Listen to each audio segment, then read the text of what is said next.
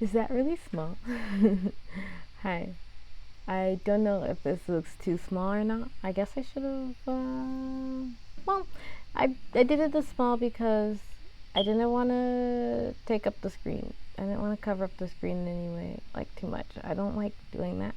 I could have done a full screen, but then I would be covering the screen if I was here. And I wanted me to be here. I wanted me to be here, but out, not directly on the game. Yeah. So, hi. Starting a new game always gives me a little bit of jitters. I don't know. I was like, where do I start? Where do I start? So I'm playing Intertwine today. I almost played Taylor Tales, but I'm not sure. Like, because I want to try again, but also I'm really nervous about it, and so I didn't. And then I was gonna try this other game or this one, and I flipped a coin, and the coin told me to play this one today. I'm still gonna play the other game, which is good because I've already have a setup for it, pretty much. But yeah, so the setup might change for this game if there will even be more. But let me start off by putting find Intertwine on itch. I could spell itch.io. By who was this game by? So I'm looking right at it. I don't even know why I asked. It's Crescent Studio. Crescent Studio. Wow. I can't spell. Crescent. Why is it telling me it's spelled wrong? Oh, because probably was trying to spell wrong. Anyway, here you go. This is the game we're playing. This is the game we're playing today. I don't know much about this game actually. But I have it. It is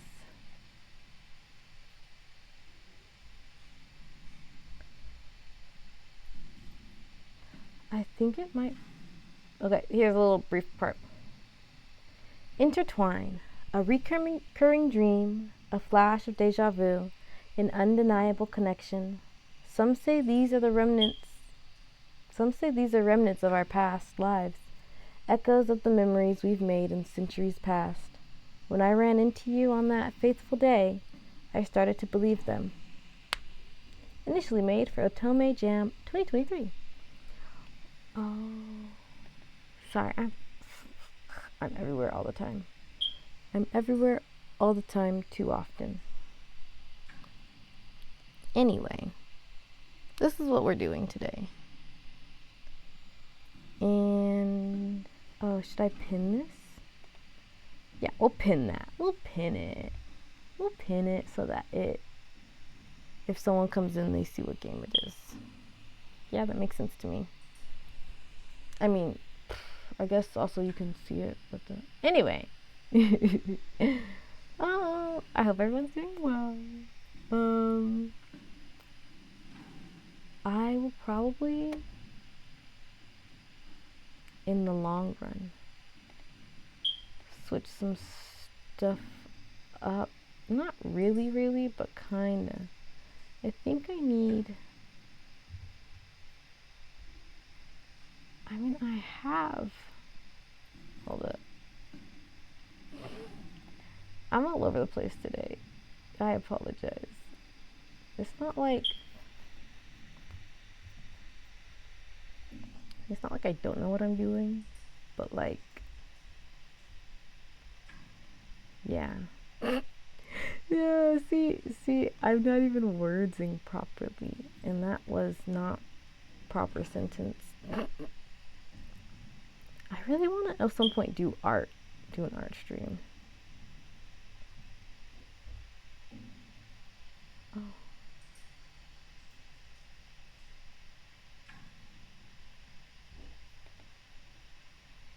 Ooh, cool. I'm gonna get started. I just wanted to take a look at something, and then I saw something else, and that's a me problem. Okay, we're gonna get started. I want to make sure I talk about everything before I start usually, but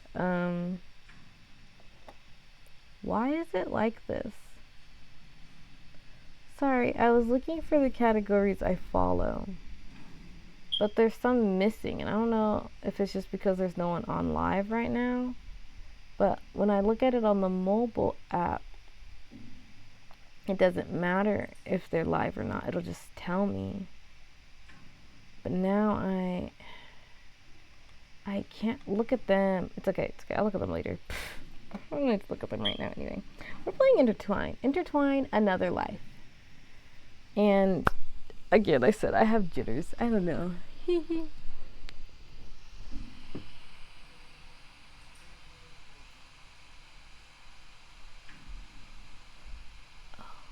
Okay. Hello. I'll get started. I miss Taylor Tales a little bit. It's not like I'm not excited to play this game. I'm just a little nervous because I don't know what's in store. So I think when I'm nervous, I start stalling a little bit. Do you believe in soulmates? Yes or no? Do I believe in soulmates? I know, we're about to go on a tangent because it's me. So I kind of believe in soulmates. I like the concept of soulmates, but I don't fully know if I actually. I like the concept. I like soulmate-based stories, but I also like the you choose your own soulmate. But if you choose your own soulmate, that means soulmates still exist, right? Here I go. Do I believe in soulmates? Do I believe in soulmates? Let's what we should do. What we should do is actually look up the actual definition of a soulmate. That's what we're gonna do. What is a soulmate? Nope. Okay, according to Google Dictionary definitions from Oxford Languages, soulmate, noun, a person ideally suited to another as a close friend or romantic partner. Haha, sorry, I see that sound. It's not the sound, but it's like an image with the quote on it. The one that's like, what's a soulmate? It's like a best friend, but more. And you hear that music. Soulmate. How do you know a person is a soulmate? According to medium.com, 5 signs you found your soulmate. You communicate without words. They challenge you in the best ways. You feel deeply connected emotionally and intellectually. You share core values and goals. They feel like home. Oh, and then the next bullet point says in conclusion, but I think that's an incorrect thing from Google. Okay, let's check Wikipedia. I know, I'm not intentionally stalling. I want to answer this question as truthfully as possible. But I don't know that I don't want to. This is like a big question. I haven't even seen anything besides this screen because I've pulled up the game to set it up, but I haven't gone past this screen. And I should have been like, I should prepare an answer for this question, but I have not. In contemporary usage, the term soulmate typically refers to a romantic or platonic partner with whom one shares a particularly strong bond. It is frequently used to suggest the closest relationship a person can have, and is sometimes understood as an exclusive or lifelong connection. Believers in the concept often describe soulmates as individuals who make each other feel complete, reflecting the idea that two souls are destined to unite. The earliest recorded use of the term soulmate in English appears in a letter by Samuel Taylor Coleridge, dated 1822.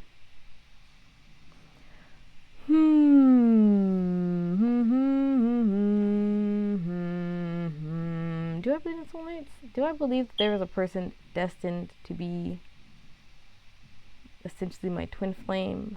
Wait, let's see. Soulmate versus twin flame? I saw twin flame there, so like, that. In contemporary and metaphysical beliefs, the terms soulmate and twin flame are sometimes used interchangeably, though they are regarded as distinct concepts in many traditions. A soulmate is typically understood as a person with whom one shares a deep and meaningful bond, which may be romantic or platonic. Multiple soulmates are believed to exist across an individual's lifetime. By contrast, a twin flame is described in New Age and esoteric teachings as the other half of a single soul, separated into two bodies.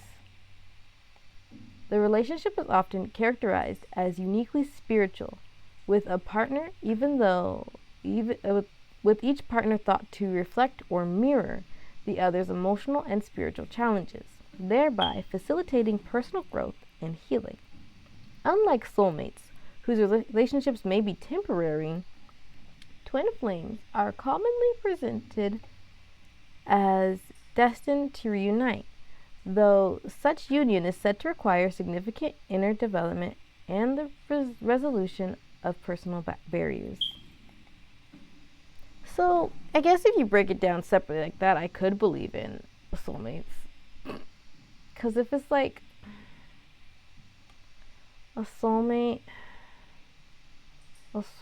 is someone you're very close to, that you are destined to meet. Do I believe I'm destined to meet people? Well, there's a person out there that I am destined to meet. I like the idea of it. But, oh look, there's another definition here that I missed. A soulmate is a person with whom one feels a deep or natural affinity. This connection is often associated with love, romance, intimacy, sexuality, spirituality, or compatibility, and may involve trust and comfort. But like, how long does it take to meet a soulmate? Okay, soulmates. Do I believe in soulmates? I didn't get anywhere. What do you think, Coin? Do I believe in soulmates? The coin says I do. And I was kind of leaning towards saying yes, even though I'm kind of like, since I took this one, maybe I don't. But, you know, if you don't have an immediate answer, if you don't immediately say one, usually you lean towards the other then. But I didn't immediately say either of them. So, which one do I lean towards? That's... Do I believe in soulmates? I don't know. I'm gonna say yes. We're gonna say yes. Let's... Yeah, sure. We'll say yes. Yeah. Yes. Really? That's surprising. What? No, don't be offended.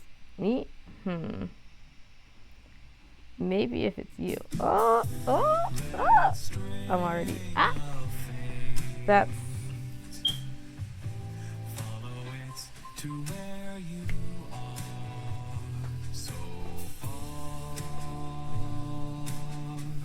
I like this music.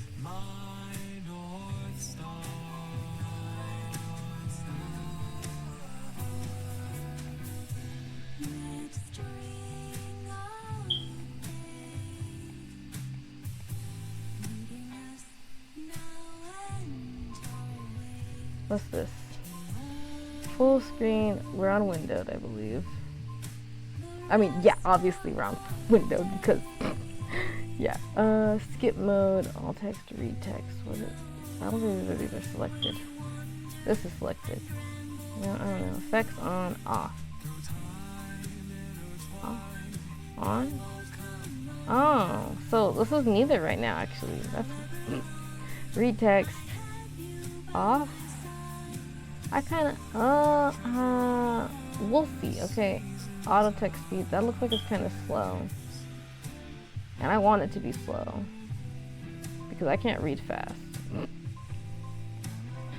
Okay, what's the gallery? Oh, pictures I have to unlock. Right, I think there's 6. Whoops. Hang on. There's 6 images we can get. I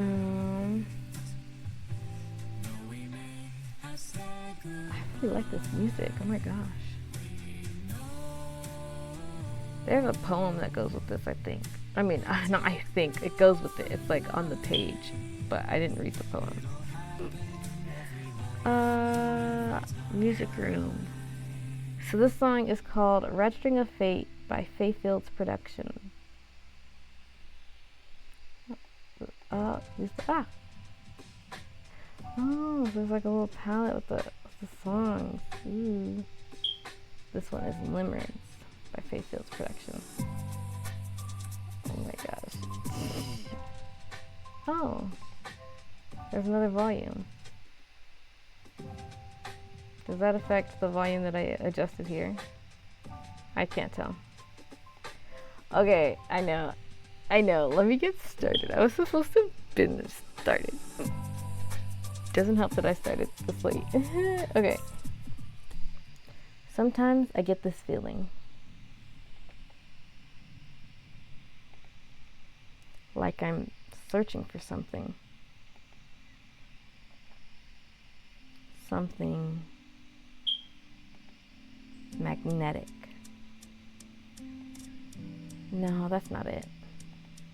Warm? No. Something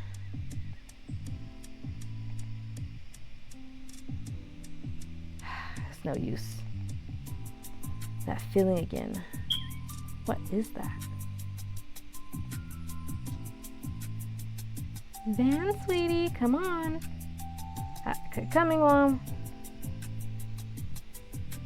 I joined her as we headed home. Wait. Sorry, I'm pausing already because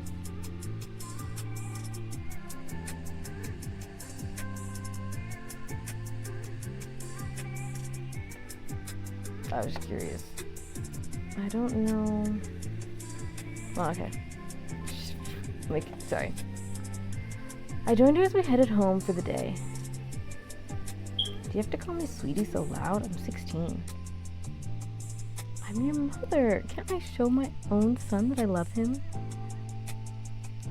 You can. It's so embarrassing. Can you show it more quietly? What was that? Nothing. Those grass stains on the back of your shirt. Were you laying on the ground again? Yes. You and your dad, just the same, you two.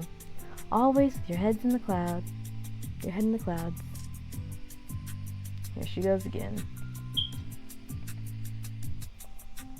What are you even thinking about at your age? Don't tell me you're in love. Love? As if. Wow, sounding pretty defensive. Mom, please. People passed by, the silhouettes illuminated by a lavender haze as early dusk settled over the town.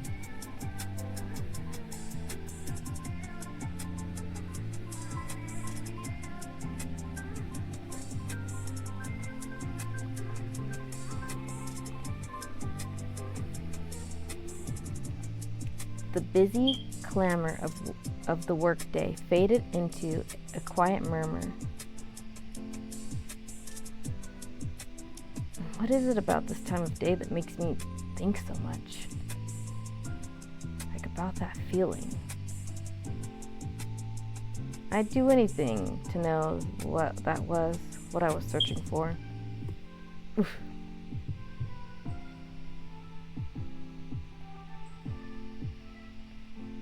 It happened almost too fast for me to process. A bump against my shoulder. An inexplicable tug, like a string pulled taut. And a voice clear and true, like a siren's call. Sorry. Who? But they were gone. And before I could register how crazy it was, I was chasing after them. Van! I ran down the street, pulled by an invisible string. Wait, come back. My body was no longer my own. It was possessed by a singular thought.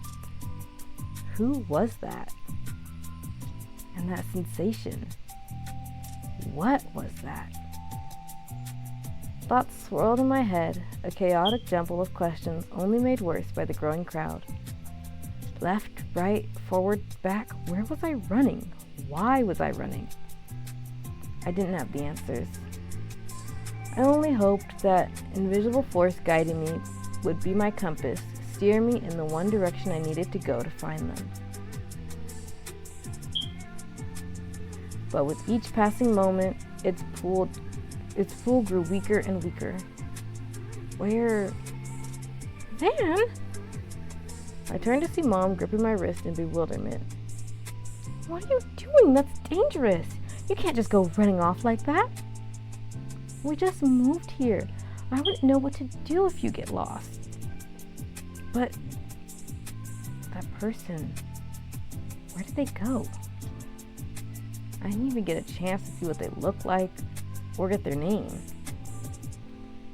A foreign feeling filled me as I stared into the busy street, a mixture of emptiness, longing, pain. While I never experienced it before, if I had to describe it, I'd say it was heartbreak. Oh!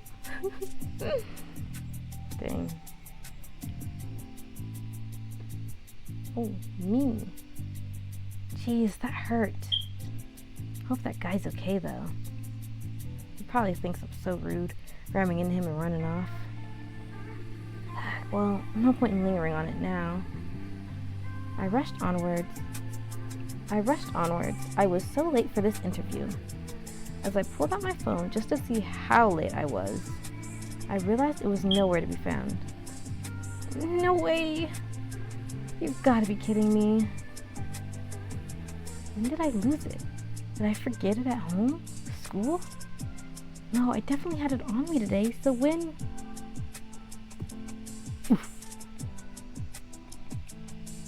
Sorry. Don't tell me I dropped it then. There was no way I could go back and get it now. I could hardly remember the specific area we ran into each other.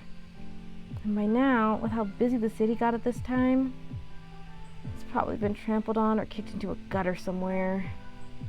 Great, just great. I continued running to my interview, cursing my bad luck the entire way. Ugh, what a hassle. It wasn't enough for me to bomb that interview. I just had to lose my phone too. Pulled out my new replacement phone to set it up. Welcome to your new phone. Well, I don't know if this... Welcome to your new phone. My name is Alexis, and I will be assisting you with setting everything up. In order for me to best assist you, it would be helpful for me to know how to refer to you. Should we just go Zora? Because that's the name we use in Taylor Tales. You know, because with the practices games, I just switched between them. You know, I went Spark, Nebby, Zora, Spark, Nebby, Zora, except for it wasn't that exact order. It was like Spark, Nebby, Zora, Nebby, Zora, Spark, Zora, Spark, Nebby. Anyway, who should we go as? Should I just do Zora? Because, should I name her Zora? Yeah, alright. Boom. Because that's the name of my little character down here in the corner. Oh. I guess...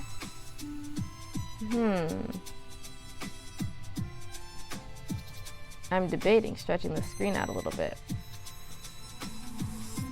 am a little bit bothered. But, okay, I'll come back to it.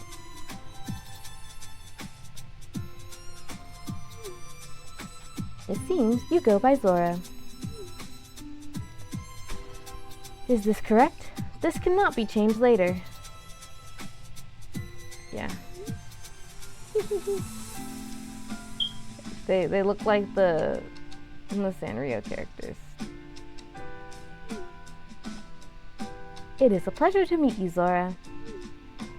What are your pronouns?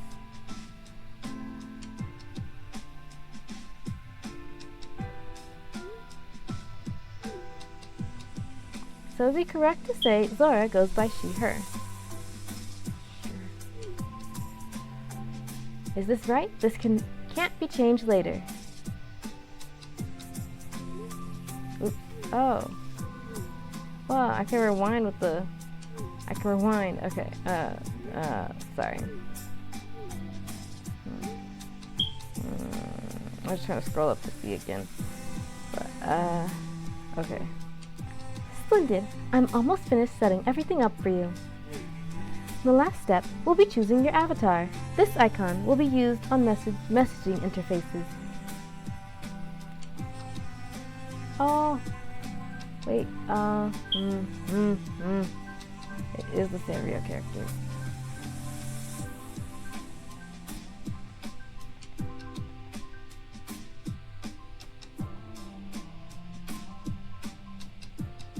We'll do this one. The last step will be... Oh, yeah, that part. Perfect. Let's test things out to make sure you're happy with how everything looks. Please type a message to test your icon.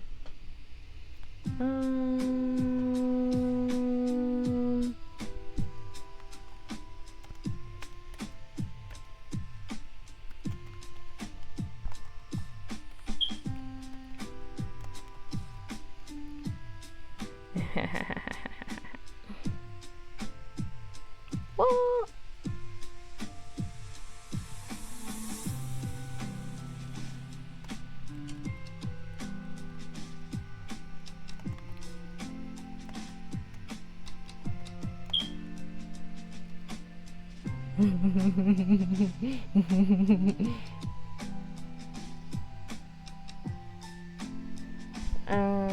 Yeah.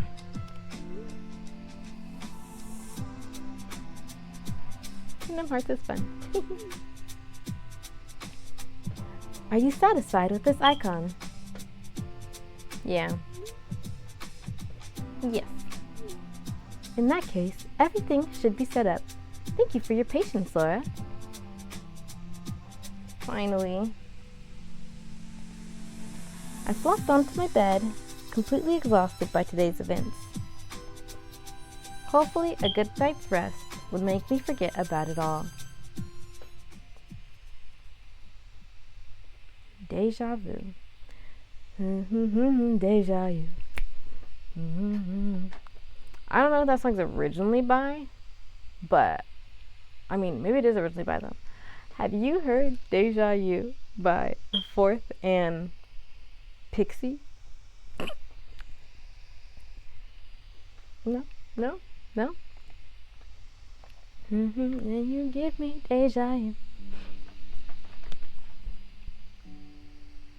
Oh, whoa, it got serious. Wait, don't take him away.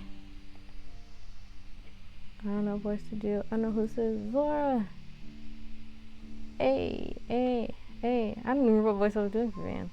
That's what that says, right? That says Van, but it's like.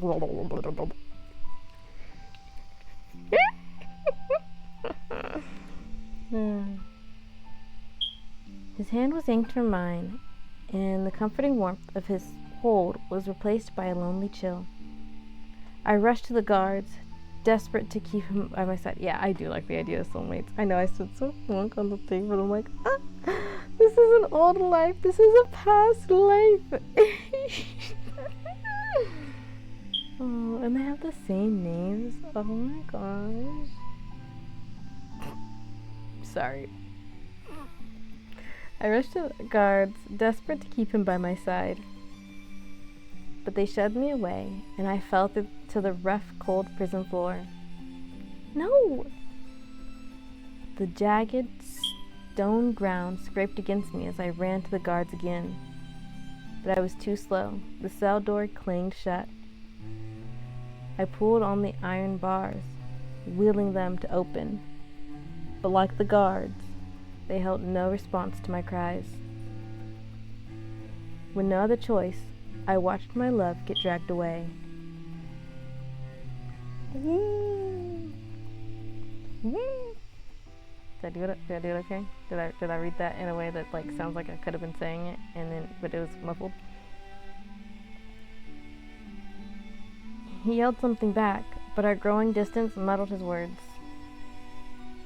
And his silhouette faded into the shadows. A piece of me was stolen with him. Should I have played this as one of my OCs? It's okay. Well, I know I can't change it now, but now I'm thinking I could have done that. It's okay.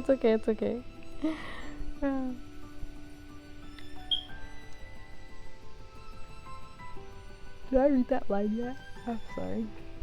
As the silhouette faded into the shadows, a piece of me was stolen with him.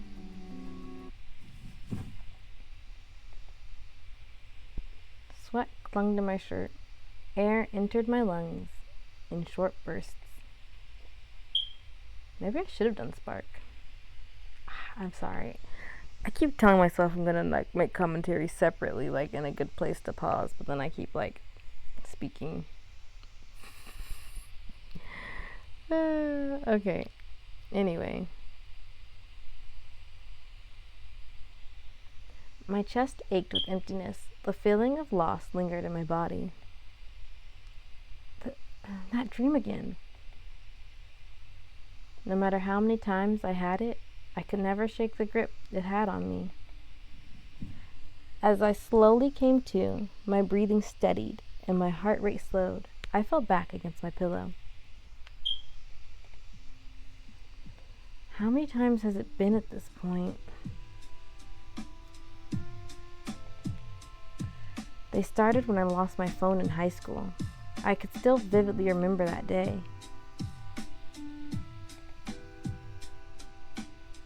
It was like everything had gone wrong. The interview, my phone, and then to top it all off, that devastating dream. I groaned as I tried to fall asleep, to no avail, as it did every time it visited me. Memories of the dream tugged at me until morning. I groaned groggily in the cafe. After last night's dream, the remainder of my sleep had been restless, and I found myself in extra need of my morning coffee. Alvarez.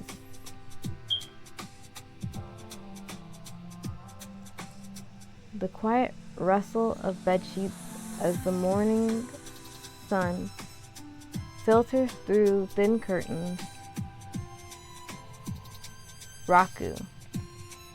The loneliness of a shady forest in the midst of a thundering storm. Van. The lingering warmth of someone's hand once clutched in mine. Since I was born, I've had a condition doctors call synesthesia.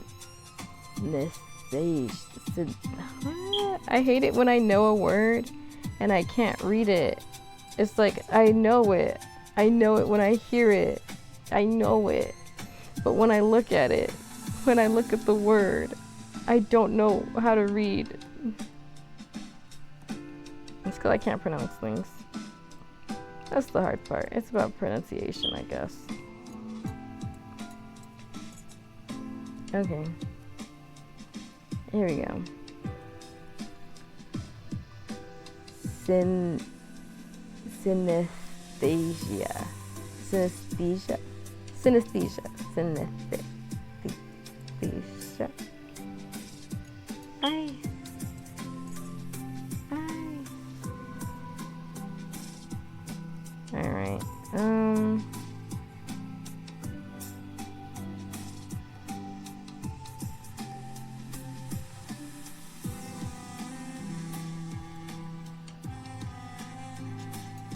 That's probably as alright as I'll get for now at pronouncing it. Okay.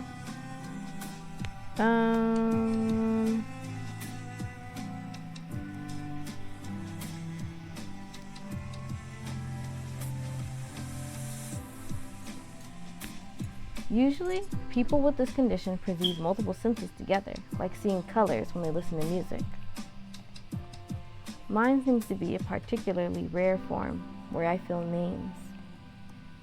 Some names are soft and gentle, while others are harsh and demanding.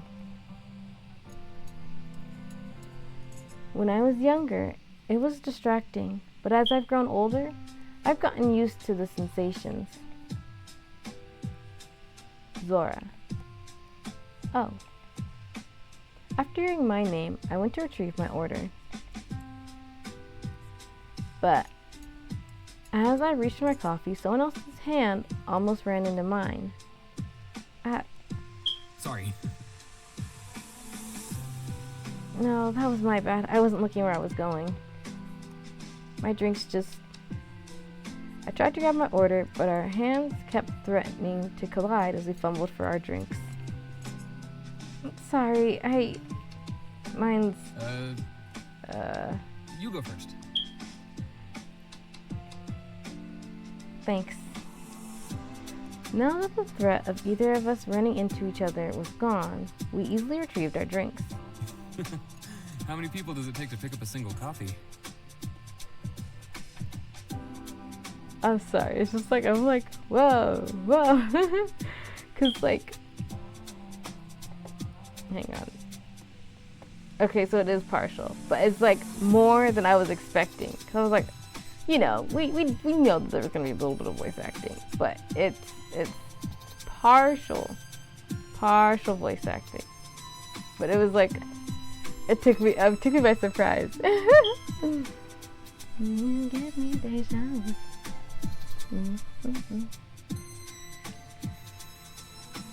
Normally, I'd say one, but it seems today I stand corrected. Maybe I'm an exception then. And have a good day. You too. I walked towards the cafe exit, but a familiar face popped into view once again. Here, I got it. He held the door open. I murmured my thanks and walked into the morning street.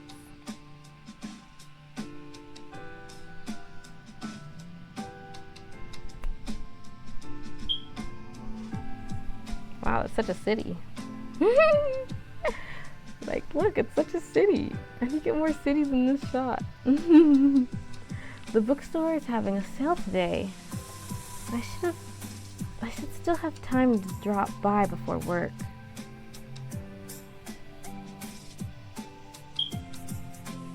Yeah, hang on. I'm going to...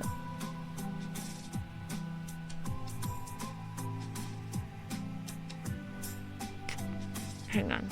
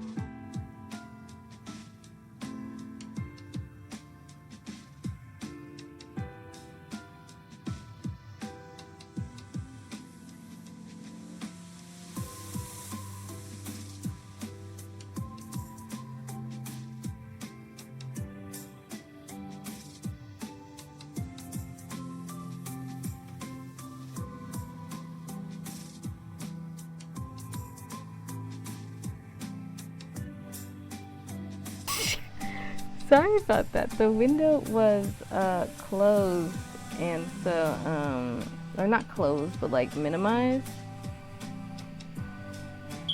And I know I said I would probably make this bigger, and here we go. Here we go, because it was bothering me. Yeah, that'll do.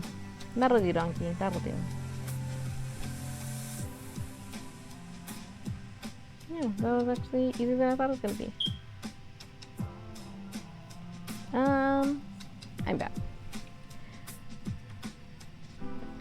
There were a couple of books I had wanted to pick up, and Asher's birthday was coming up. He really likes photography books, but I don't even know which ones are good. Or maybe an art book? Didn't he mention that recent Studio Ghibli? That recent Studio Ghibli movie that he liked? I noticed the man from the cafe walking nearby. Again? He's not following me, is he? Our eyes met. He glanced away as if unsure, before walking faster. I slowed my own pace, relieved at the growing distance between us. He seemed spooked too. Looks like he's not following me. I guess it was just a coincidence. But as I continued towards the bookstore, I realized it now seemed like I was the one who was following him. Isn't that just like such a thing? It's like, no, the awkwardness of going the same direction as someone. With each turn on a different street, my footsteps mirrored his, and inevitably, his uncertainty turned into outright weariness. Jeez. With one last turn onto a different street, he stopped and waited for me to catch up. Listen, I'm not following you. I ended up letting that out. Hopefully that doesn't make me look more suspicious. So this isn't... You're not a fan? A fan? How would I be a fan? Never mind. If you aren't following me, then why haven't I been able to shake you for the past 10 blocks? I'm trying to catch this book sale before work today. At the bookstore on 16th and Central? Yes, there. Well, that's a coincidence. I was heading there too. Oh. I guess that explains why we haven't been able to shake each other. Either that or fate. Both of us seemed to relax at this revelation. Then, should we walk together? Instead of one of us trailing behind the other? I don't know. The latter sounds awfully tempting. Didn't you get your fix after the past 10 blocks? Well, I've come this far. Might as well commit, right? He laughed and turned as we headed to the bookstore together. By the way, got a name I can call you? You didn't happen to pick it up at the coffee shop? Can't say I did. What a shame. Next time I'll pay better attention to the names they call out. I'm glad you learned your lesson. It's Zara, by the way. Nice. Name's Van. So, what are you trying to pick up at the sale? Just a couple photography books. Usually they're expensive, but this is one of the few occasions when they get discounted. Photography? Is it a hobby of yours, or do you just like the books? You could say it's a hobby, but I like the books as inspiration for my own works. Wow, works. Did I read that too quietly? Sounds like you take your hobby seriously. Just a little. And you? What are you eyeing for the sale? Actually, funny you should ask. I'm in the market for some photography book recommendations. It's for a friend of mine. Another coincidence. Lucky you ran into me then. As we entered the bookstore, the smell of pressed paper and dried ink surrounded us. Come on, I can show you my favorites. Van led us to the photography section and scanned the shelves before expertly picking out a few choice selections. Is this friend of yours into books for the pictures or tips? I think pictures. Got it. Let's see. Van sifted through the bunch and laid 3 medium-sized books on the table. One showed a black and white still of a woman, another a blooming flower field, and the last one a looming skyscraper over a busy street. If we're talking pure aesthetics, these are some of the most underrated in my opinion. I peered at the image of blossoming wildflowers decorating a vast field framed by a towering mountaintop. A simple, one-worded title in geometric text read, "Keyframe." I got excited because there's a demo I heard about. I saw like an ad, like one ad video on YouTube, and I was like, I'm so curious, and I found the demo on Steve, and the game is called Keyframe, so I was like, hey! Sorry. This one's pretty. As I flipped through the book, dreamy landscapes depicting majestic mountain ranges, serene starry night skies, and bubbling creeks called out to me. Van nodded as he observed me. A lot of people like landscapes. Makes sense. Appreciation for nature, the idea that you can see picture in real life, all that jazz. See the picture in real life. Yeah, I'd love to visit any of these places, especially this one. I pointed to a picture of a picture of mountain range, flower field, riverside. Mountain range, flower field, riverside.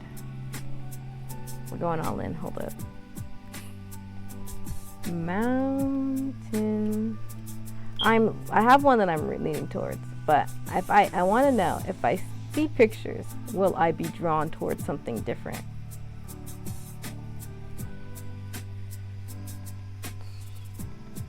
Yeah, so that's what I'm doing. I'm gonna look up pictures of each of these. Oh, see, because okay, the thing is, mountain ranges are gorgeous. I love looking at mountains. I can see mountains where I live, and I'm like, those are great. And I hate it when construction happens and I can't see anymore, because I love looking at mountains. But if I were to, do I want to visit a mountain? I don't know. I don't know if I want to actually visit a mountain when I could visit a riverside, you know? The flower fields are pretty and flower fields are nice, but oh, these are so, oh my gosh. Okay, let me riverside. You can't see my pictures, I'm sorry. What is this? No, I gotta put nature in the, is Riverside the name of the place? It is. Is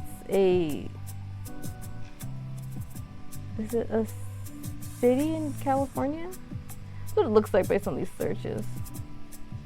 Because this one image says University of California, Riverside.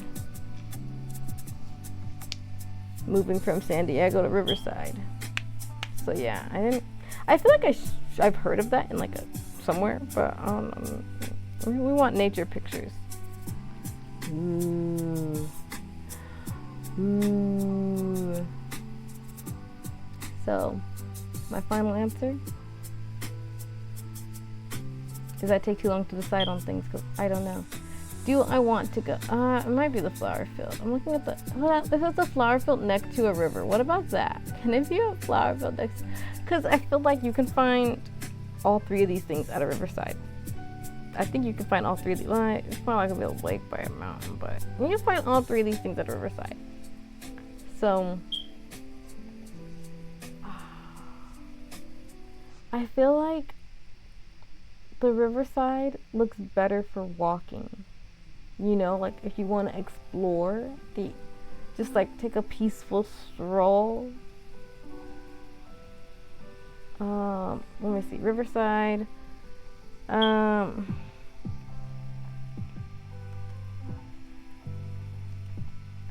Let me just put river. Maybe I put river. Because some of them were still like not it.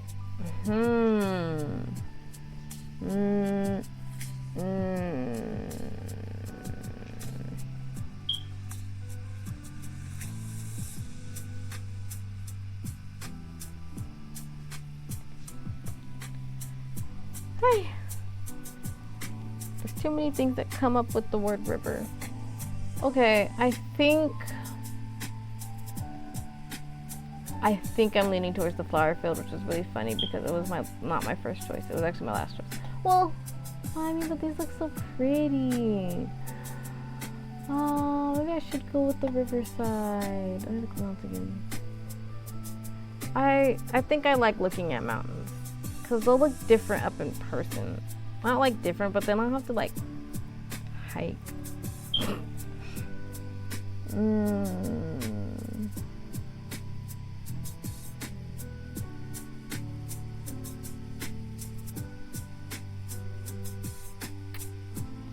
Hang on. Coin, should I have gone with my first choice? Okay. All that, and we're gonna go.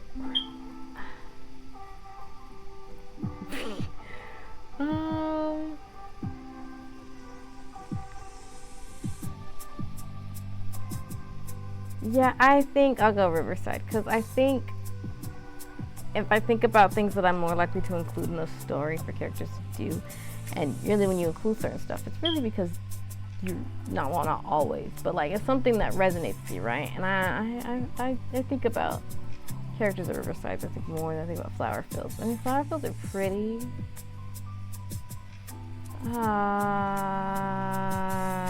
Okay, we're gonna go Riverside.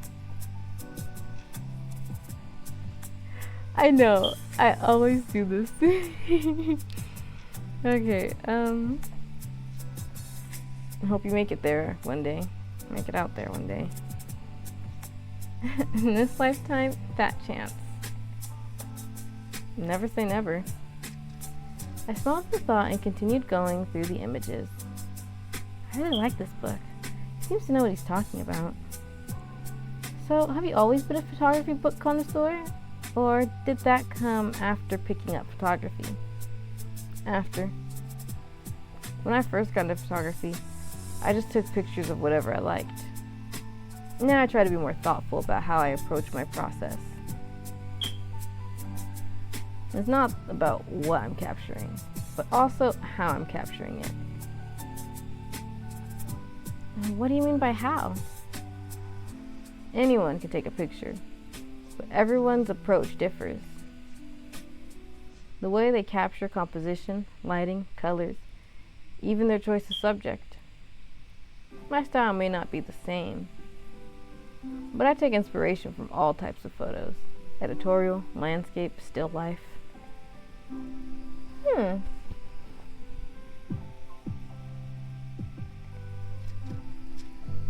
I tried to study the elements he had just discussed on the book's cover. So, the subject of this picture is the flower field? And the composition,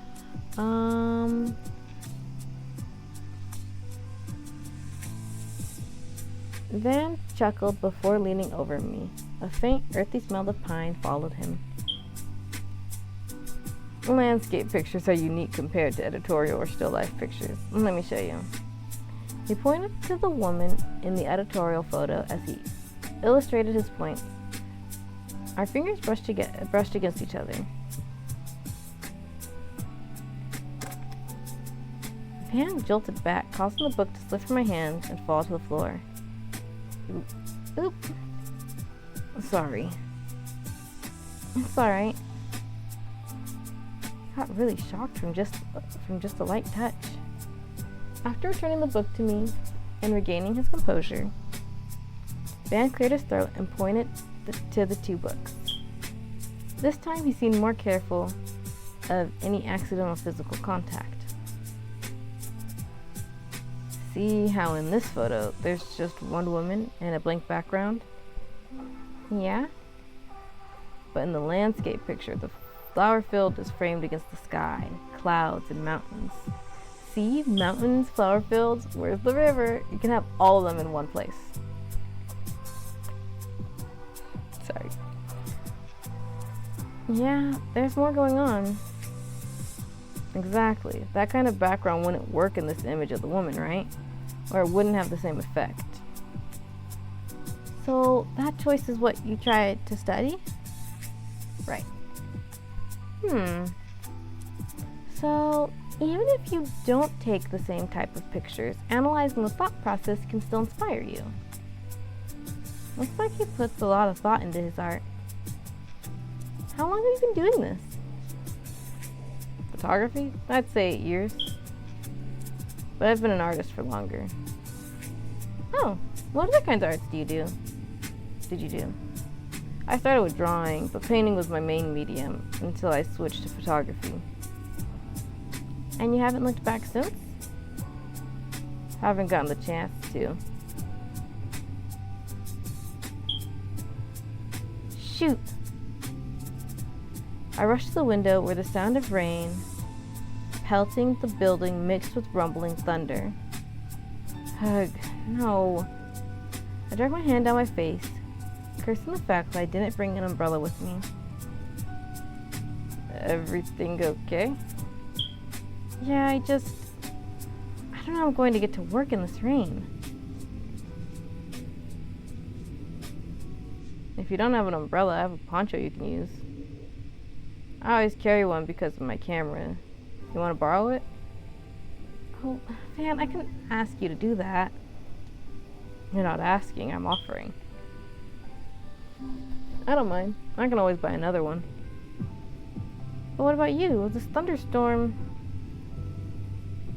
I'll wait it out. Don't worry. I think you need this more than me.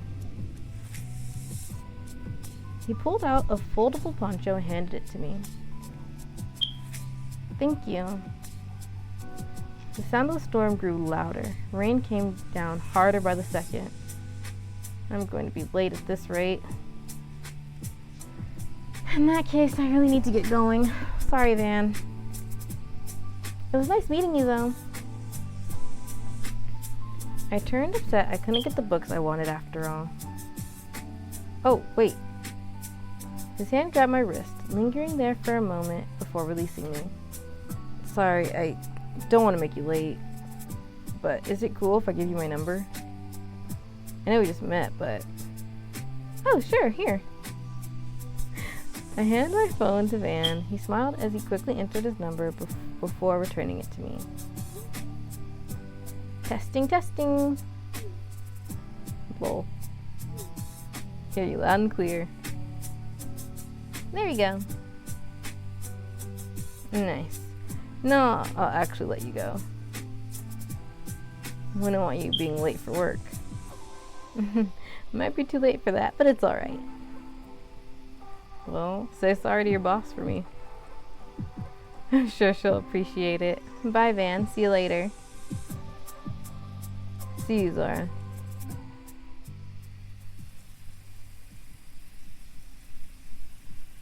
I hurried from the store. A notification from my phone, from whom I could only assume was my coworker. I'm coming. As I pulled my phone out, I saw the message was actually from Van. By the way, I can get the book you were looking at. I couldn't make you do that. Lol, I'm offering. Besides, me rambling about photography is why you didn't have time to buy the books in the first place. It's the least I can do.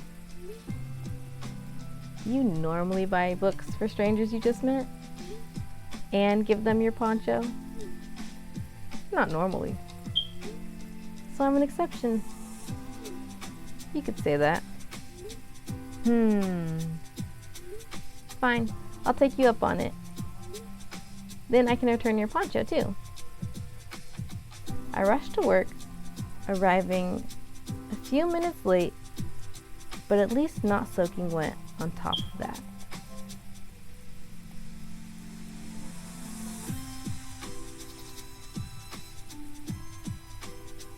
I kind of wanted to hear the rain a little more.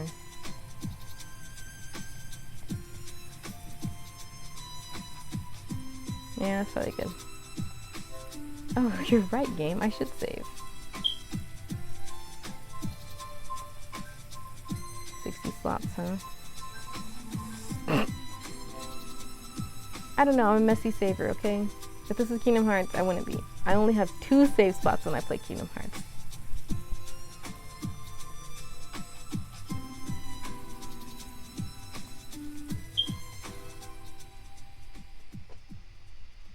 And done. Oh, look at that. Look at that multi-screen setup there. I made the last changes needed to the business proposal and logged off for the day. Geez, so much work.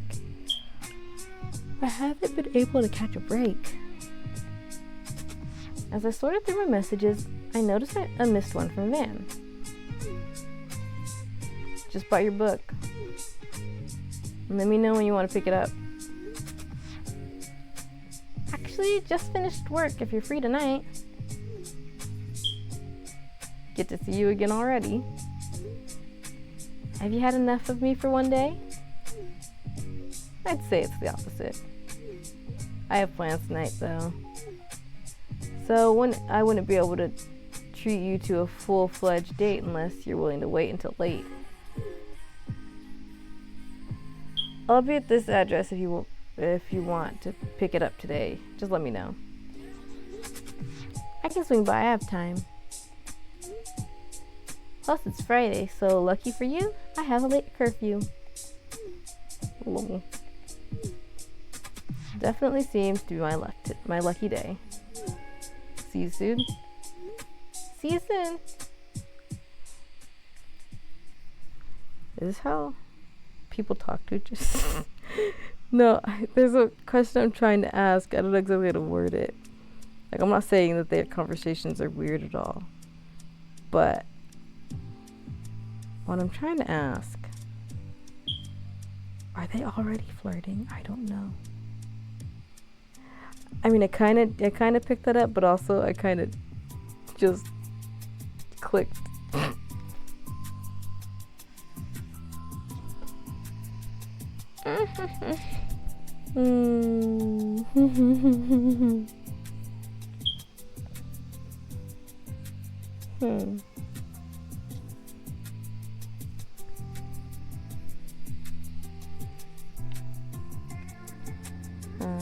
Sorry.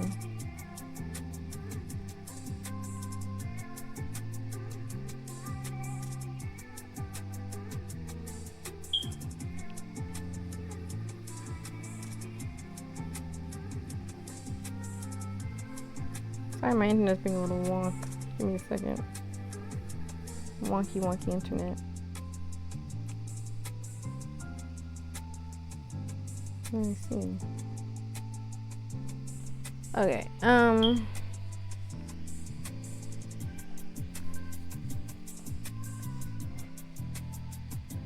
my gosh. I was gonna start reading, but I was doing that thing again. Okay. Rows of pictures highlighted with fluorescent spotlights hung from a lofty ceiling. My footsteps echoed against the smooth wooden floor as I observed the various collections on display. I slowed to a stall at a set of grayscale images.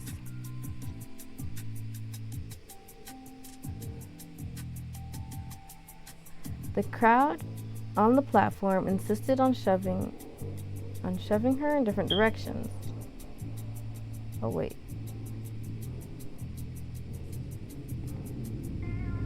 So this is the name of the image, right? And this is the description of it. The crowd on the platform insisted on shoving her in different directions. Each touch was uncomfortable, but purely accidental until it wasn't. She looked at the person who bumped into her, and they were already walking away. Do I know you?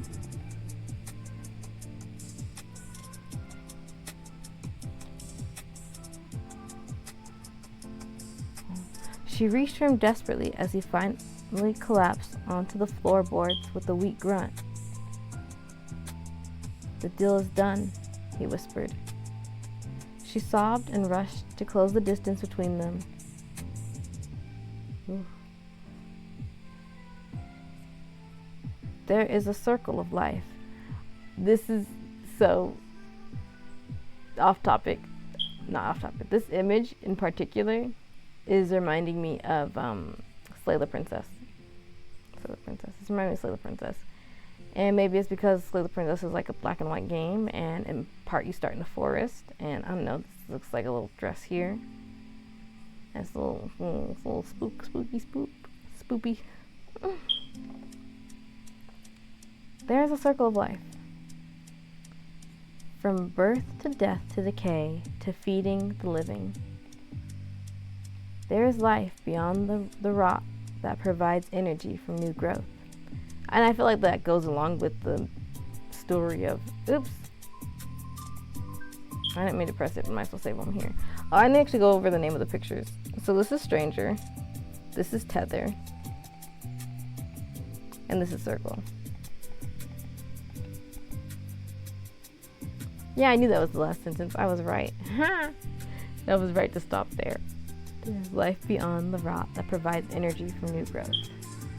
That was the last one, right? Wait, now I feel like yeah, sorry. Wow.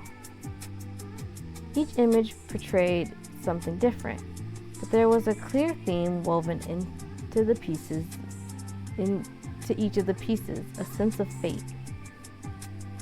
A chance encounter, an inevitable turn of time, the devastation of destined tragedy. My chest tightened at the collection. Zara, you made it. I turned to Van, approaching me with an excited grin on his face. Hey Van, you should have mentioned you'd be at an art exhibit. Some people would say this is a perfect date spot. Here? Well, I guess that's true. But considering this is my exhibit, it'd probably be pretty pretentious taking my date here. Your exhibit? Wait, this entire collection is yours? Van let out a bashful laugh as he rubbed the back of his neck. Yeah. What do you think? It's beautiful. You understand how much of a photographer you are. I felt a slight heat on my cheeks, remembering our first meeting. I asked him if he did photography as a hobby, and here he is with an entire public exhibit. At my compliment, Van relaxed in relief. His eyes sparkled warmly at me. Glad you like it. Come with me, I have your book. Is it okay to give it to me now? Aren't you busy with whatever artists do with their own exhibits? It's fine, it won't take long. He led me to the back door of the gallery, and we entered a small studio room. Just a second, it's right here.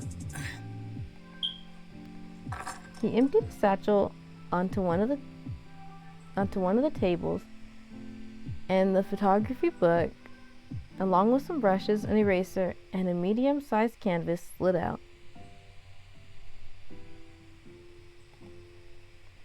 On the canvas were two figures reaching for one another. It echoed the collection on the display in the exhibit. And yet, something about the specific image tugged at me. What's this? Van's eyes followed my gaze to the painting. Oh, just a piece I've been working on for a while, actually. Remember how I used to draw and paint? Uh-huh. Then you got into photography. Right. Well, I've always had this feeling inside of me. It's the whole reason I got into art. It's hard to describe, but it's like I'm being pulled to something, or I'm searching for it. Hang on, there's a plane going overhead. I can barely hear. Plane, plane, go away. Plane, plane, go away. Come again some other day.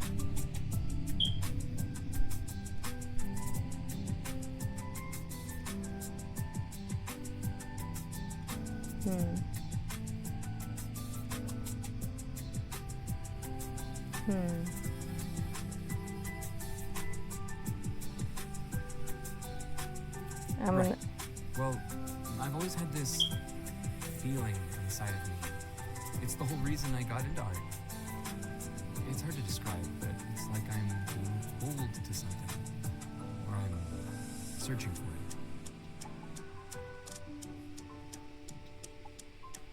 it. I guess you could call it my purpose. I've been trying to capture it all my life. For a while, I thought I could with photography, but it's never been right. Is that why this looks similar to the photos outside? You're trying to draw the feeling? Yeah, basically. I thought if I created it myself with my own two hands, it would stop gnawing at me. Oh, that's... I wasn't sure if I could relate to Van's dilemma. This feeling of needing to create something. This feeling of needing to create something, but it never coming out quite right. But it sounded frustrating. Me personally, separate from the game, I can relate to that. It's so hard. It's why I don't draw my own characters. I've made them a little like character creation things, but I've drawn them before, but they're never right. It's like, ugh, so much easier to draw characters that already exist in some cases. Like Sophia from Buddy Fight. I can draw Sophia basically from memory just fine. But when it comes to my own characters, it's harder. It's like, oh my gosh, I don't know. Like I have this image of them in my head, but it's just like, how do you get it right? You know? I get it. I'm sorry to hear that. It's a beautiful piece, though. Thanks. It's driving me crazy. I feel like I'm so close, but it's still missing something. Do you mind if I see it? He nodded, and I picked up the canvas. A grayscale painting where two figures seemed to be ripped from one another. It was beautiful, with a haunting sense of loss. My chest ached with an eerie emptiness, a longing. Something about it felt familiar. Something about it reminded me of last night's dream. I know it's a more depressing piece. No, it's not. I mean, I feel like I've lost something when I look at it, but it's not in a negative way. It just felt familiar is all. Sorry for that awkward silence. Probably not the kind of reaction an artist is looking for. All good. It's similar to the photographs outside, so it makes sense that it looks... There's another one. There's another plane. Hang on. I can't... I mean, you could probably hear it better than I can, but I can't hear it. And that's important too. I can't even this is all the way up. I might lower this just a tidbit.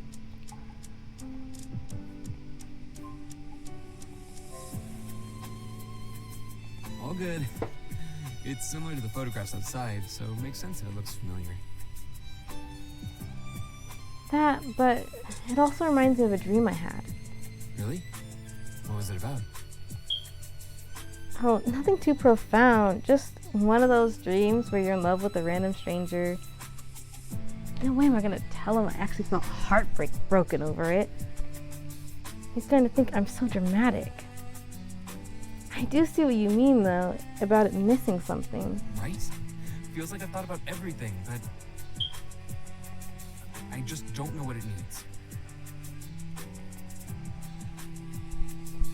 He was right. I could tell there were so many rich emotions in the piece. Grief, devastation, heartbreak, and yet I wonder, hang on. Oh, I thought the pictures were here.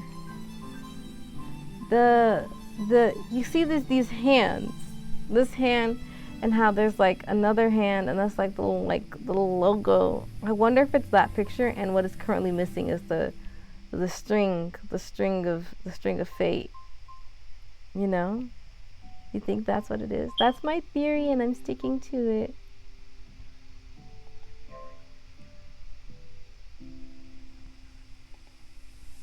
It needed more.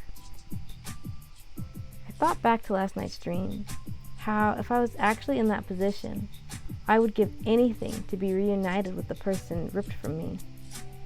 How desperately I would cling to the hope that we would be together again. I almost wanted to have a happy ending, like they'll still be together. Maybe not now, but one day. I know that goes against the whole point of the current piece, though.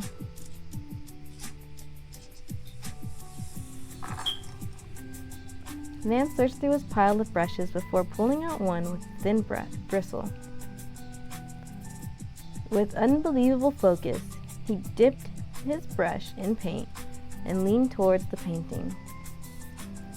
After a steady breath, he added a pop of color to the canvas with one smooth stroke.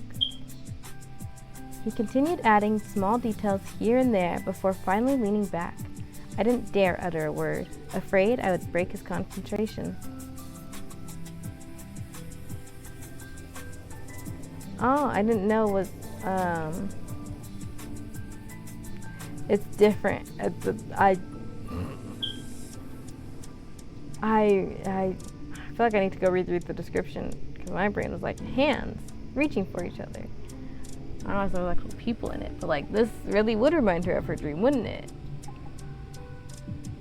Wouldn't it? Oh my gosh, this is just like her dream.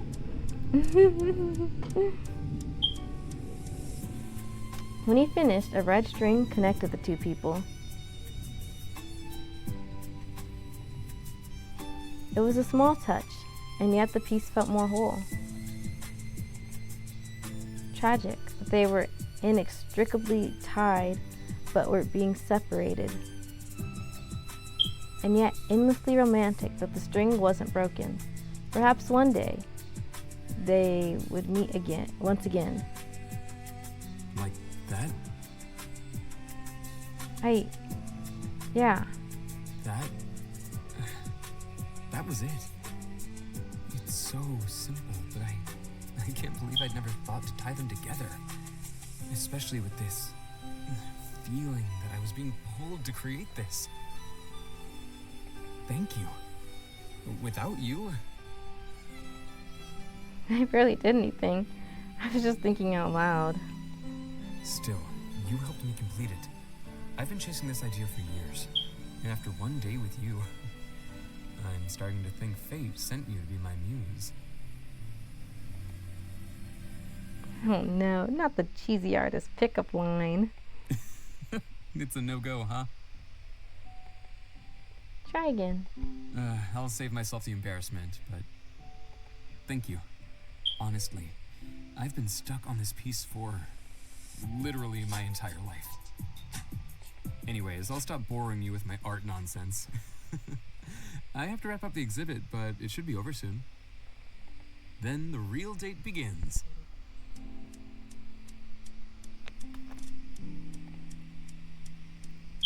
Sounds good.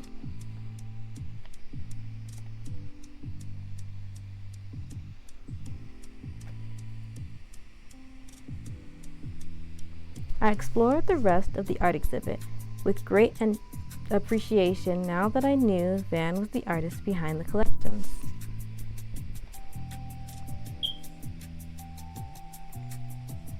Oh, this one's nice too. Zora, sorry for the wait. It's no problem.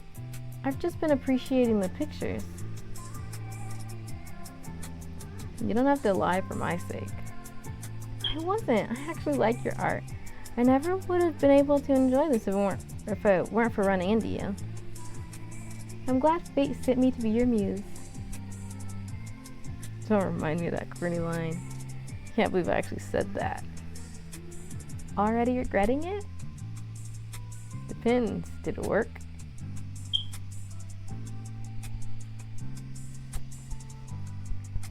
Not to make me choose on this one. Don't make me make decisions. I say playing games where you make decisions.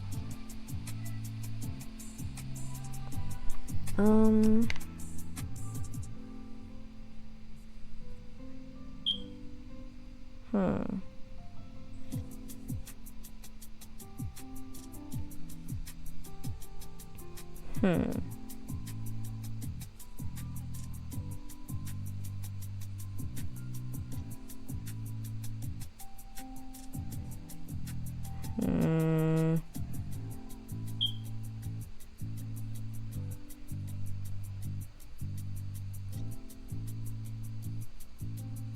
Really? Okay. I don't know. I mean, I'm probably just gonna click yes.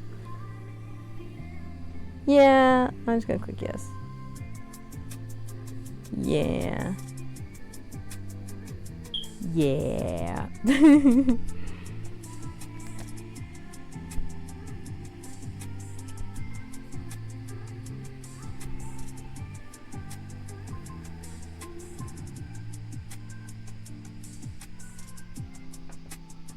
Also, side note, there's like a show where backstage there's a line. It was completely different from this, but like when he did it work, I could just hear the character's voice because there's like an argument that two characters got into because they were,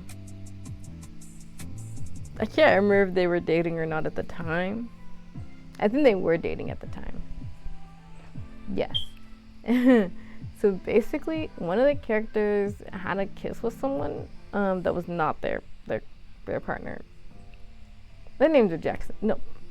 Yeah. No. Anyways, I was like, should I say it? And I'll spoil it. But like, this show has been out since like 2015, 2016. So is there a point? Well, no. This will be spoilers if you plan on watching Backstage season 2.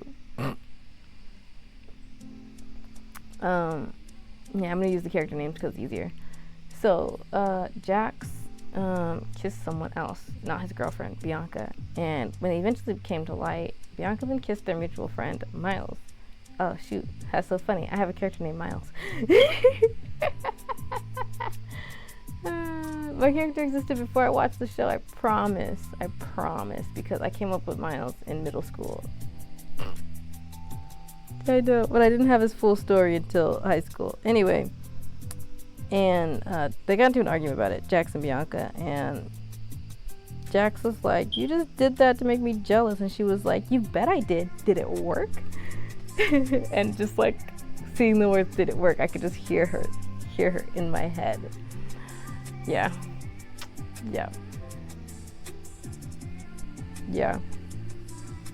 There we go. Anecdote time. I hate to admit that I liked it. Wow, so you like that kind of stuff? I'll make sure to keep that in mind. I can't wait to hear all of the artist pickup lines you come up with. Don't know if I'll be able to top the Muse one, but I'll try not to disappoint you. Oh, there was another option. I feel like I should save whenever an option pops up, even though I have not saved all the options.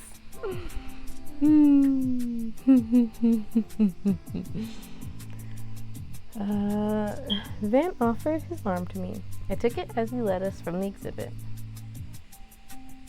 So, did you happen to plan anything for our date tonight amidst all the exhibit chaos? I think you're making the exhibit out to be bigger than it was. But I do have an idea. Tonight, there's a meteor shower that I want to check out. Want to come? Oh yes, let's go. Ooh, a meteor shower? One day I'll see one. Probably. Man drove us to the mountain overlook, where glimmering stars speckled the midnight blue sky. Looks like it hasn't started yet. Perfect.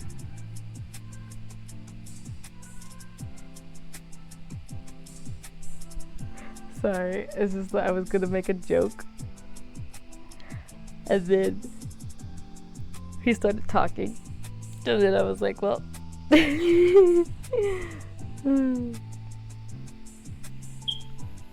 We exited the car. The starry night hung over us. The city spanned below us. Even without the shooting stars, it was a scene to behold. Pretty. My words faded with a yawn. Are you tired? We can go. I'm always tired. Don't even worry about it, man.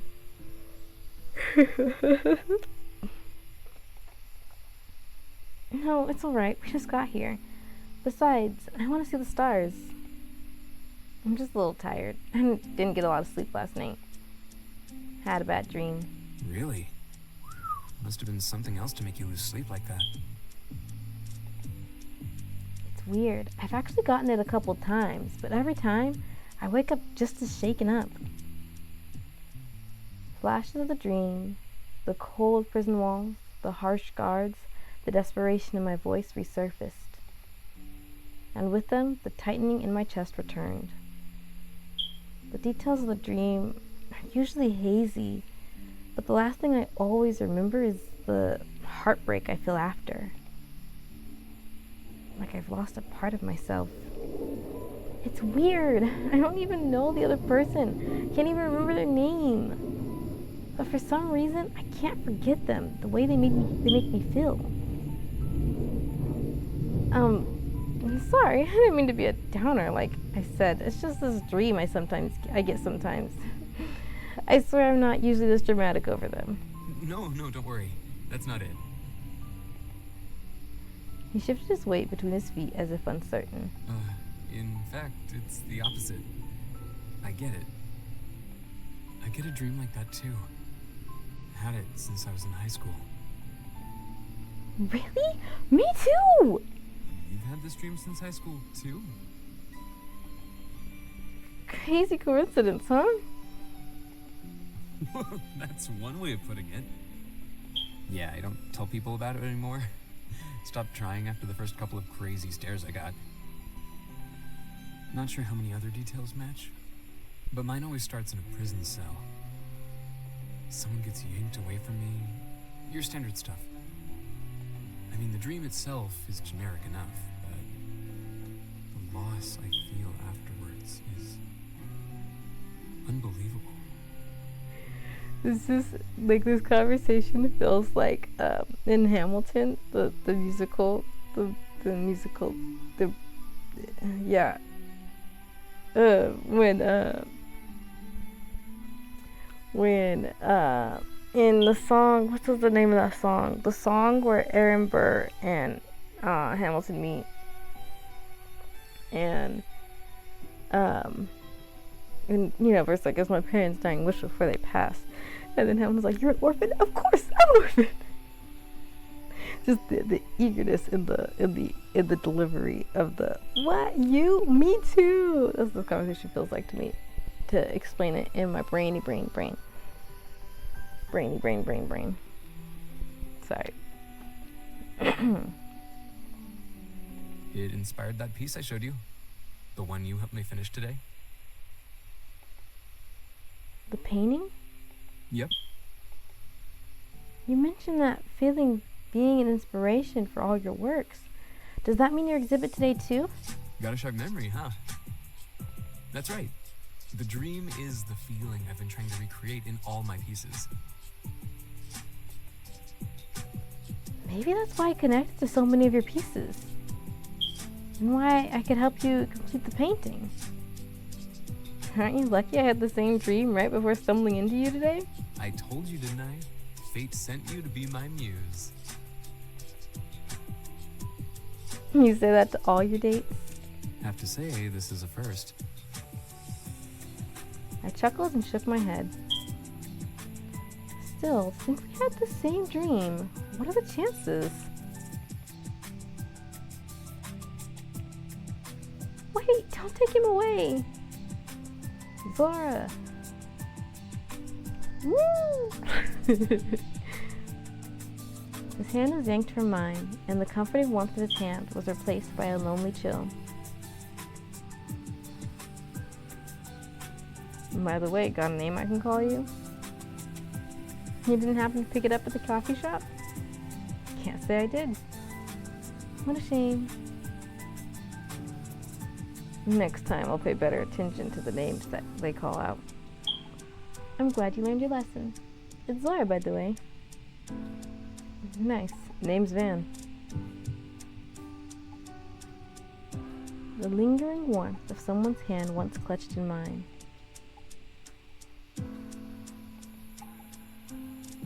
Do you want to hear another crazy coincidence? You have more? I'm gonna start thinking you're making them up. Well, I will say this one's harder to believe.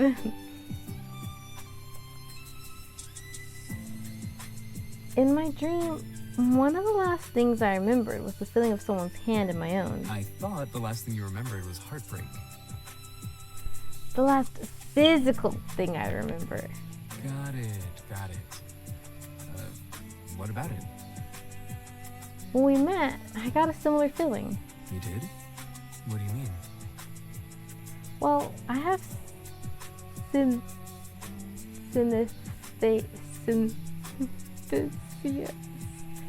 When I hear people's names, I also feel physical sensations. Like the tickle of a whisper against my cheek, things like that. Usually I don't pay too much attention to it. But now that I think about it, the feeling I got when you told me your name was just like the one from my dream. The lingering warmth of someone's hand once clutched in mine. I laughed nervously, connecting all these thoughts. It's starting to make me feel like a conspiracy theorist. It sounds like I'm making it up when I say it out loud, but some coincidence, right? Coincidence or fate? You ever experienced that sensation before? That specific one? Not that I can remember, actually. Do you want to hear my own crazy coincidence? Oh no, not you too. I have a condition like yours. When I touch someone for the first time, I get this feeling like deja vu. You know when you meet someone, but they feel so familiar, it's like you knew them in a past life? Yes? It's like that. With you, though, it was much more visceral. I felt like I'd found someone I'd been searching for. So the subject of this picture is the flower field, and the composition,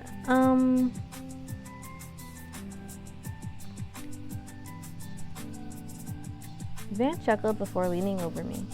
A faint, earthy smell of pine followed him. Landscape pictures are unique compared to editorial or still life pictures. Let me show you. He pointed to the woman in the editorial photo as he illustrated his points. Our fingers brushed against each other. Van jolted back, causing the book to slip from my hands and fall to the floor. Oop. Sorry. It's alright. He got really shocked from just a light touch. Is that why you reacted like that?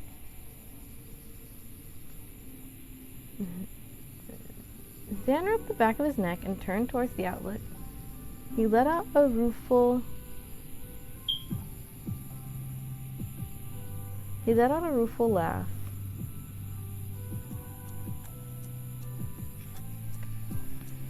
It's sounds like another cheesy pickup line, but I swear it's more than that.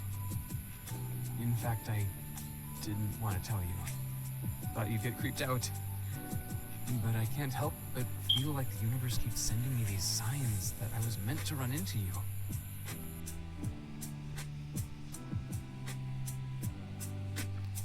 I rushed to the guards, desperate to keep him by my side.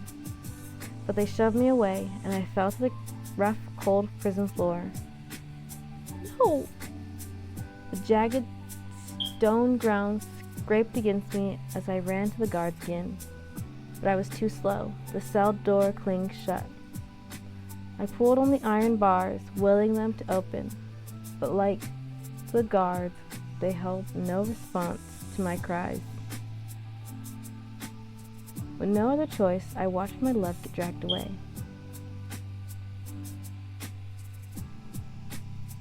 It's happening.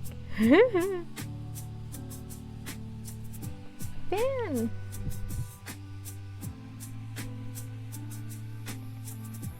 Van. What's that? Is he... Oh, looks like the show started. At 11:11 too. Make the wish of your life. Van pulled out his camera, shifting his attention to the starry paths being traced in the night sky. I tried to slow my racing heart as I focused on the meteor shower. But I couldn't stop thinking about the dream, about Van.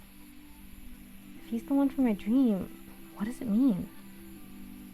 Is it just chance, or is it something deeper? Coincidence or fate? Make your wish already? Oh, not yet. Better hurry before you miss your chance. I tried to come up with a wish, but mine kept returning to last night's dream, the desperation to be with that person again. If Van is the one from my dream, I wish that one day I'll be able to make it to the riverside. I wish that one day I'll be able to make it to the riverside from that book earlier today. With Van. Pretty sure you're not supposed to tell anyone your wish. Otherwise it won't come true. Oops, pretend you didn't hear it then. Hear what? Perfect. What about you? Did you make a wish? Sure did. It's a secret though. Can't afford to jinx it.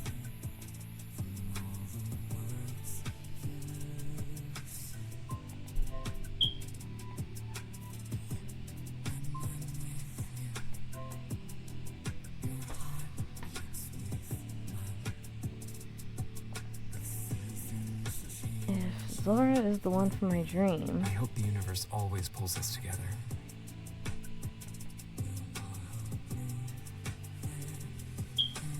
Do you think I should begin to believe that there is some truth to resurrection? Did we, in our previous life, woo one another? Or is this just deja vu? Kiran Prasad? Oh. What about reincarnation? That something you think is real? Yes, that's easy for me. Huh, interesting. What do I think? To be honest, it's not really something I cared about until recently. But lately, I've been thinking, I hope it is.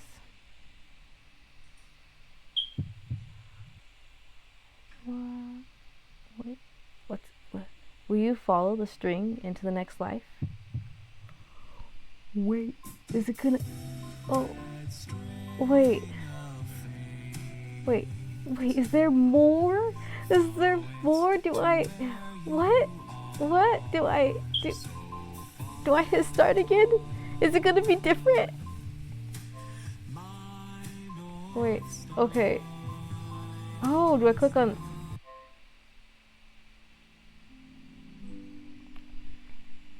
I don't know what's going on. I don't know what's going on. Oh. Like that? Yeah. That was it. It's so simple, but I can't believe I never thought to tie them together. Especially with this feeling that I was being pulled to create this. Thank you, Zora. Without you, I barely did anything. I was just thinking out loud. Still, you helped me complete it. I've been chasing this idea for years, and after one day with you, I'm starting to think fate sent you to be my muse. Oh no, not the cheesy pickup line. It's a no-go, huh? Try again. I'll save myself the embarrassment, but thank you, honestly. That dream again. What?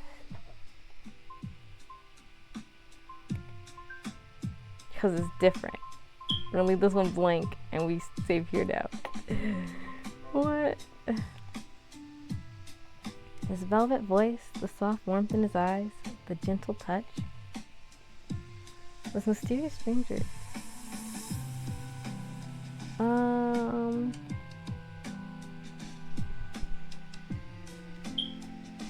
I got like self-conscious for a second. Because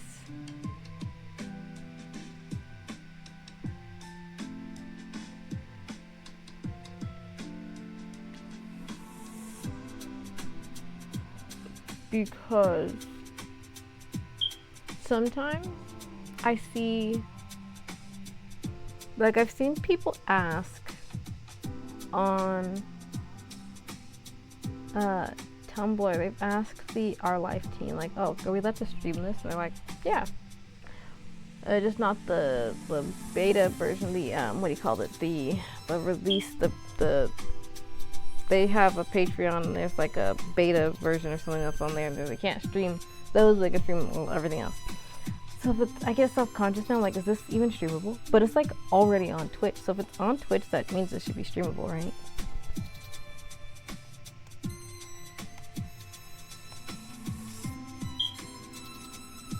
Because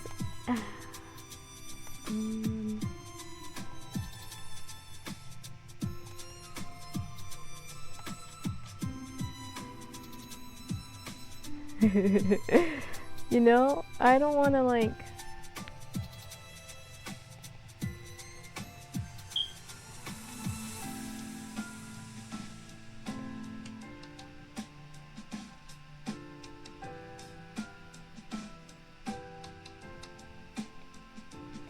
is it fine? I mean, it probably is right if it has a category.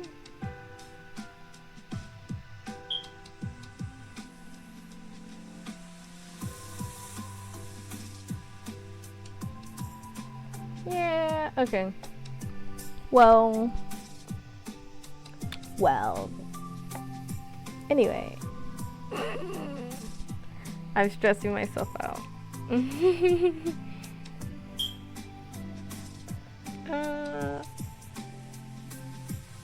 Really? Is that time right? Oh, yeah. No? Yeah. Oh, right, I started late. Yeah, okay. This mysterious stranger sometimes visited me in my dreams. Our interactions were so vivid. It was like they actually happened. Every time I was left with this desire to reach out to him, to grab hold of him and never let go, afraid I'd never see him again if I didn't. But every time I tried, I was only met with a dissipating haze, like a beautiful curse I was destined to relive over and over. I buried my face into my pillow, as if that would rub away the melancholy setting over me, and tried to fall back asleep. But the lingering effects of the dream made it impossible.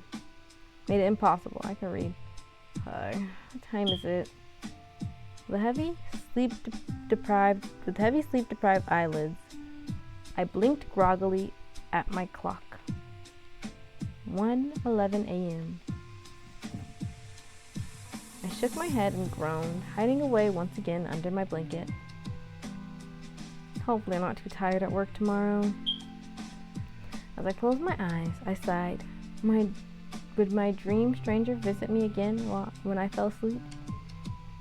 Did I have the heart to let him sweep me away, just for him to vanish as soon as the morning sun came? Why can't he be real?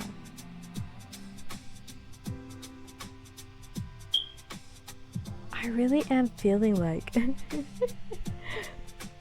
like I should be like, okay, play the game yourself now. I don't even know how long the game is though. Oh wait, it says it on the page.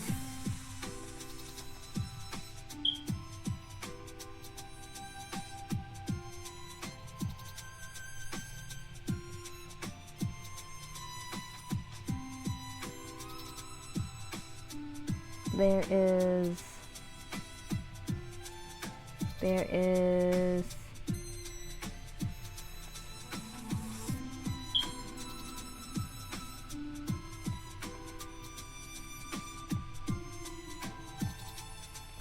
2 to 3 hours of gameplay. In theory, if I started exactly on time and didn't stall so much, I would be able to finish this in one sitting. However, I don't think I will. I started late. I was 2 minutes late. This is 2 to 3 hours. We're almost at the 2 hour mark.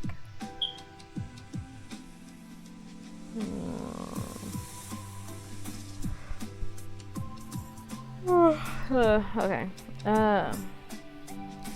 Please give him a warm welcome. I don't know what the voice. Yeah, yep, that's the boss's voice now. Please give him a warm welcome to the team. Out of all the candidates, he was the best by a mile. I'm trusting you to show him the ropes. Okay, what was his name again? Man.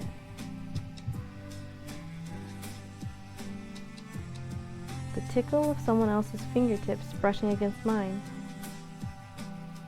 Got it. I'll check in with you later. I have a good feeling about the two of you. New guy, huh? Well, let's see what he's made of. Hope he's as good as everyone's making him out to be.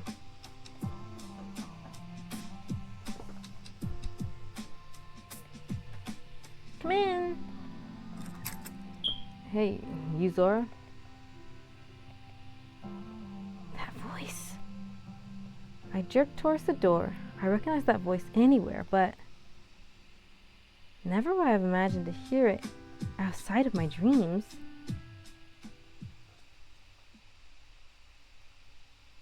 Red string.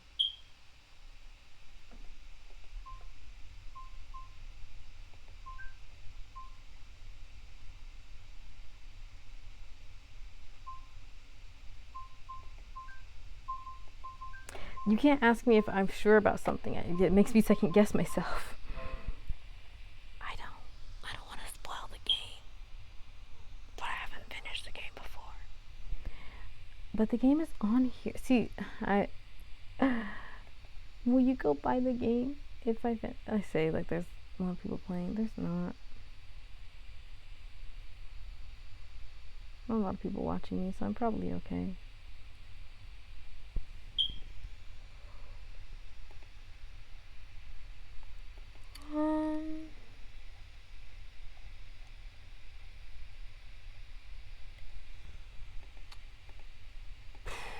Give me a second. I know. Am I allowed to stream Intertwine by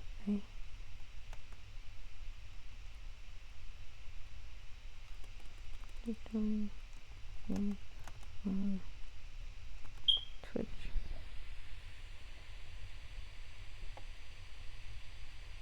See, because when you search the question, they think you're asking what Twitch won't allow. But what if the person didn't want this game streamed on Twitch? But I wouldn't know that because it's on Twitch. Hey, okay, I would carry on. Buy the game. It's not even. I spent like $8. No, Well, no, not really. It's name your own price. I. Okay.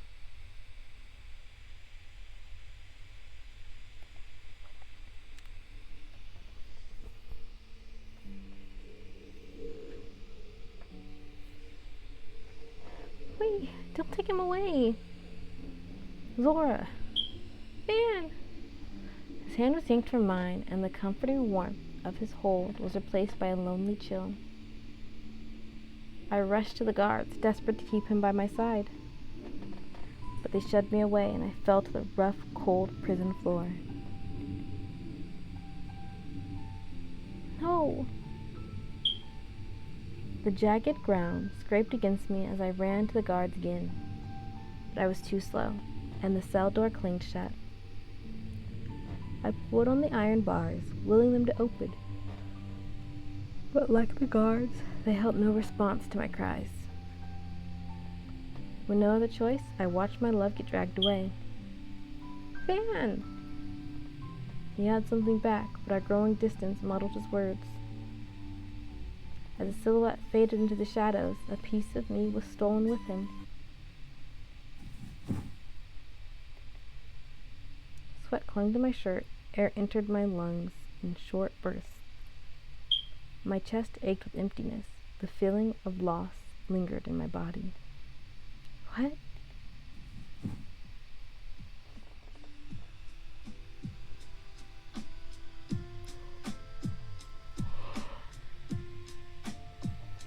As I slowly came to, my breathing steadied and my heart rate lowered.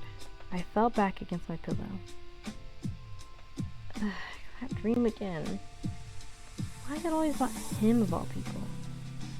I tried to fall asleep to no avail. Memories of the dream tugged at me until morning. Why do you look worse than usual today? Great, just what I needed. Waiting by my office door was Van himself, as if he knew that was exactly what would worsen my day. Literally, shove it, Van. Wow, more aggravating too. Impressive. For your information, this is your fault. My fault? Yes, because evidently it's not enough for you to make my life miserable here. You have to haunt me in my sleep too. You dreamt about me. It was a nightmare, don't flatter yourself. So if you hate me a little more than usual today, you only have yourself to blame. It's not my fault you think about me so much that you dream about me. Just shut up, I'm not in the mood today. Van only whistled before disappearing into his office, which somehow annoyed me even more than if he had said anything.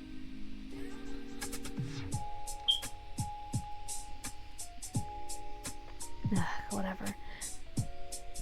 I'm sorry, I'm pausing again. I do this a lot. So, this is reminding me of a story my sister read that she wanted to write like a similar style story too, where it was like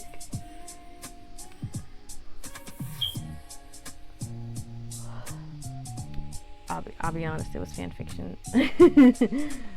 But like it was like a pair, and it was like going through different AUs of like their lives together, like, or interacting, and then in the end, in their canon world, I think it was, they got together. I think it was something like that. To ask her about it, because I was thinking about it the other day actually, and I was like, you know, kind of a vibe. Kind of a vibe. What else is kind of a vibe is that, what was that today? Oh, right, Lordy's streaming. I'm sorry, Blurdy's on right now.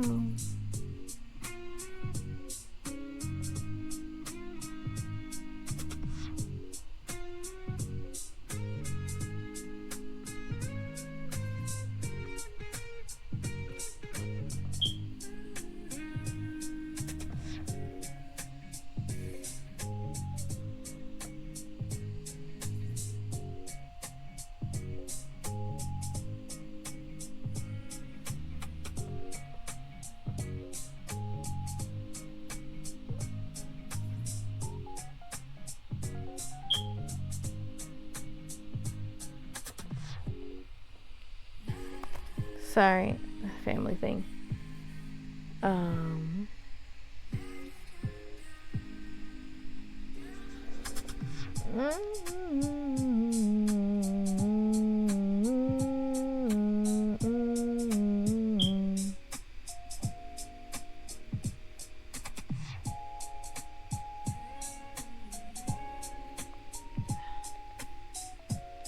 I entered my own office and started sorting through the mountain of emails awaiting me. But after our conversation, I only felt more hung up on last night's dream. Why am I still thinking about that? Bzz, bzz. Who's texting me? Hey, what do you want? The proposal we have coming up. Did you make those edits yet? I'll get to it, chill out. You sure? Your calendar says otherwise. Don't snoop around my calendar. How many times have I told you not to do that? I wouldn't do it if you didn't book it up like an idiot. I know how to do my job, Van. Get off my back. Jesus, you still crabby from your dream or what? Nightmare. And you're just being annoying. I don't need you to micromanage me. I'm not You know what? Never mind. Not even worth it. Just do it. I don't want to have to keep waiting on you.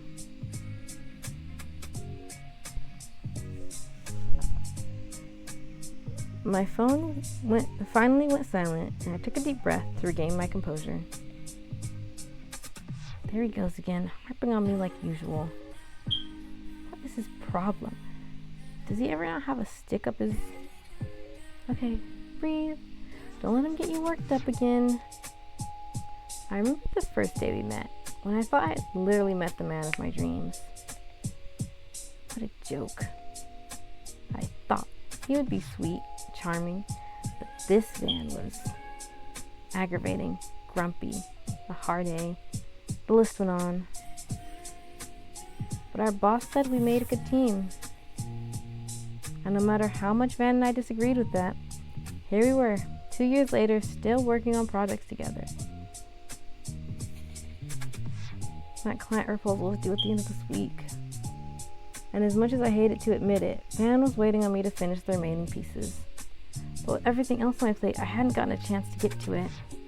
And last night's nightmare wasn't doing any favors for my productivity. I hate when I get those nightmares. The fact that I dreamt so desperately about Van and them was bad enough, but the day after, how am I supposed to act around him?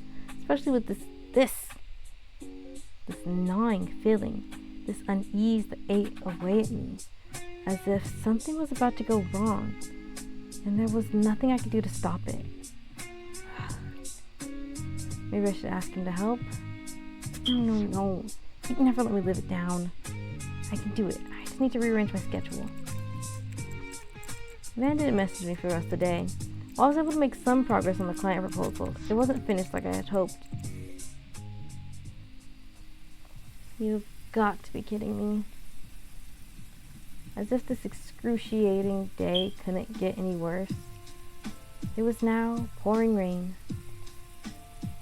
And I didn't bring an umbrella. I can't believe this. All the godforsaken things that could happen. This is just... Talking to yourself now? You finally lose it? Van was smirking at me with the biggest eating grin on his face. I scowled at his less than appreciated appearance. You have eyes. Do you see my umbrella? I'm sure even you can figure out why I'm mad. Dream Me didn't remind you to bring it this morning? No, Nightmare You was busy tormenting me. Surprisingly, he didn't respond. Instead, he tilted his head as if contemplating something. What, no scathing remark about how dumb I am for forgetting my umbrella? Too easy. Then what? Don't tell me you have an extra poncho laying around. Of course not. Jeez, you're unbearable today. The rain isn't supposed to let up at all tonight. Great. Thanks for this amazing news. I really appreciate it. In that case, pray I don't get sick and ditch you on that big project coming up. Van stared at me with some mixture of pity, disgust, and frustration. Don't look at me like... Here, get under. Van held his umbrella out, and I blinked, dumbfounded. Surely I had heard him wrong. Don't make me repeat myself. You'd let me walk with you? Did I stutter? Listen, the only thing dumber than someone who forgot their umbrella before a huge thunderstorm is someone who gave themselves more work to do because they let that idiot get sick. I did not want to get under his umbrella so bad. But I wanted to walk through the storm without one, even less. Fine, don't make this weird. Right back at you.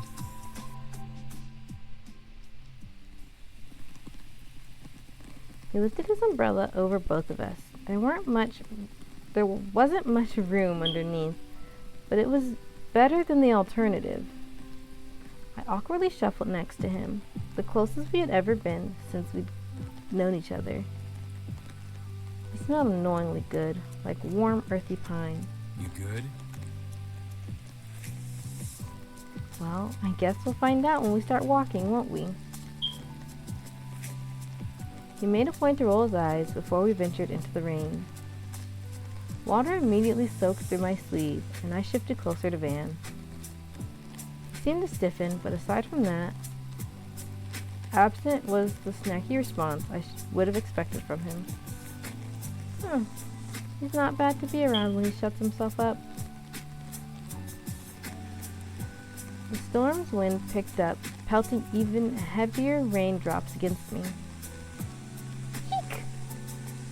My side is getting soaked. I glanced at his umbrella. He was holding it straight up, but the wind was blowing the rain at an angle. He needs to hold the umbrella this way to block more of the rain. I think if you just... What? You need to... Why is this so awkward to talk to him right now? Is it because he's being weirdly nice? What are you saying right now? Let me show you.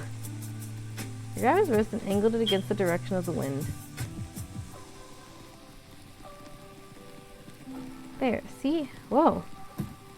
His grasp on the handle faltered and we both fumbled and failed to grip the umbrella to get tighter. It clattered to the ground, exposing us to the torrent of rain. Idiot. You're the one who dropped it!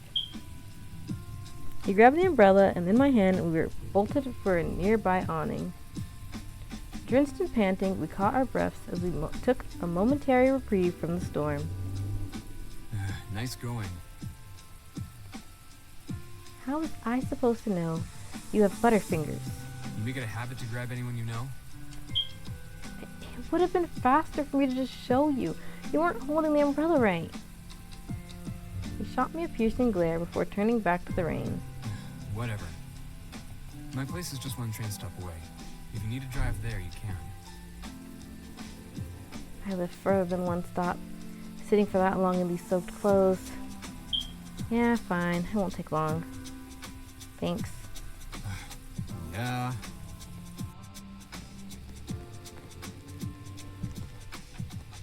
He held out the umbrella. He held the umbrella out. I walked towards it before he pulled it away, eyeing me warily. No more sudden moves from you, though. Then hold it right this time. Oh my god. I returned to his side, to the faint smell of pine, and together we hurried to Van's place. Bathroom's on the left. I'll get you a towel. You can dry your clothes in the dryer. I have something you can wear in the meantime. Thanks. In all that time we'd known each other, I'd never been to his place. He kept it surprisingly clean. I waited awkwardly at the doorway as Van retrieved my towel and spare clothes. Today has been interesting. Van being nice to me was a development I wouldn't have expected, even if H froze over. And for it to happen after my nightmare last night, all of it was too unbelievable to wrap my head around.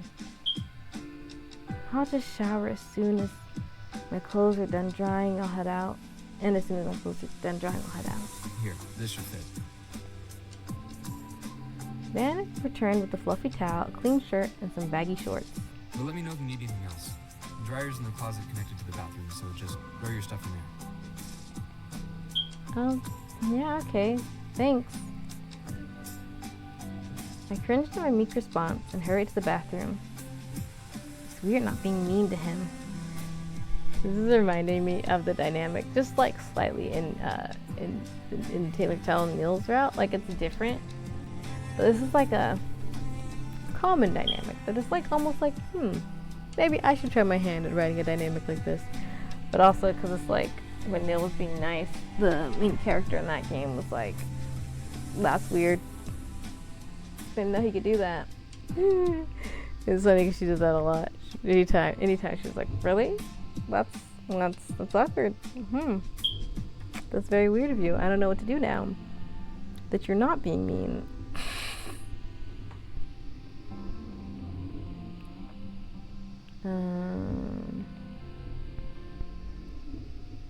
I pulled my clinging wet clothes from my body and turned on the shower. I'll probably wrap up soon. This is a side note. I'll probably wrap up soon. And not just because I want to go watch Flirty. I only have me on here, huh? I mean, I don't have... Yeah. Oh, my connection's unstable. Well.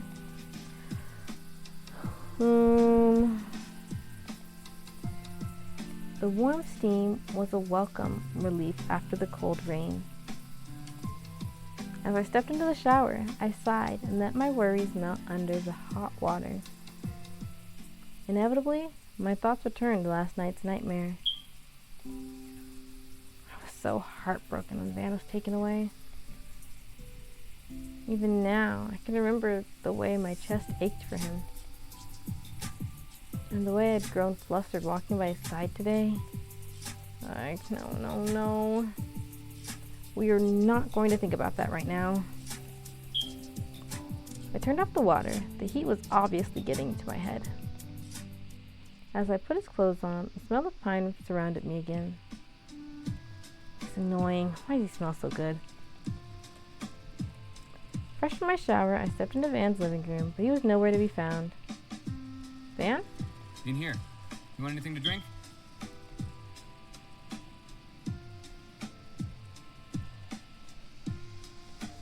This is also a side note. You gotta do some predictions. You gotta do some predictions when you play games. And I think that he is worried about the main character, but doesn't know how to express that, since the main character has everything always on their plate. You know? The calendar full pack of a lot of stuff. Makes me wonder what it would be different because they work at the same place, but then again, the main character's been working there longer and probably has more projects anyway, but yeah, you know. So the main character often doesn't sleep well. Concerning. Main character forgot their umbrella. Concerning. And I think he just doesn't know how to explain it. And so I think the motivation behind the character is in this time around. This.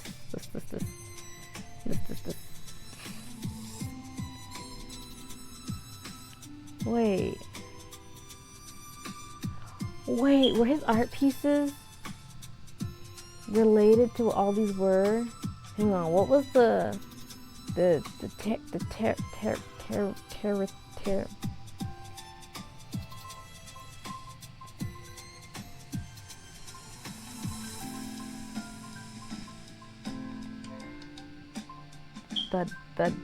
you're wasting time. Okay, hang on.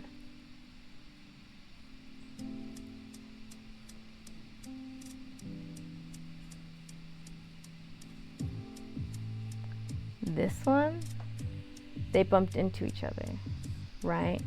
They bumped into each other when he was in high school. And he tried to find the main character, but to no avail. Tether. She reached for him desperately as he finally collapsed onto the floorboard with a weak grunt. "The deal is done," he whispered. She sobbed and rushed to close the distance between them.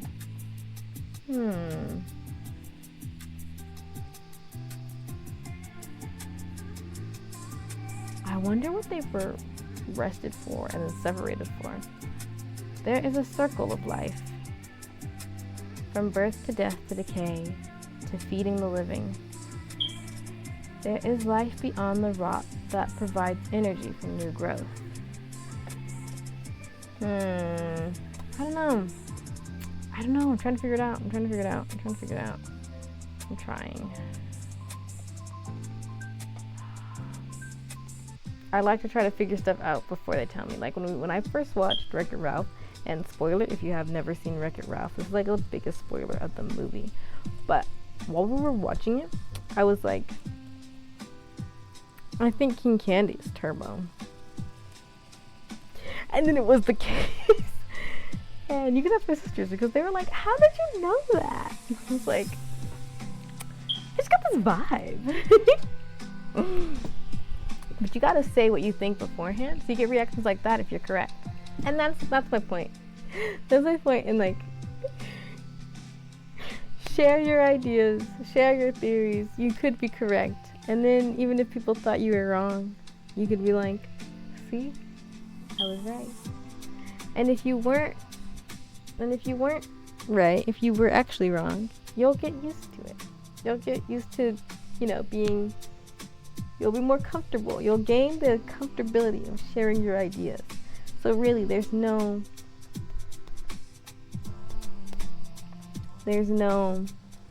downside. There's no downside to sharing your theory. Excuse me.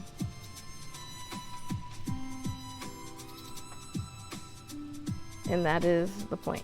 That is the point that I am trying to make. Yeah.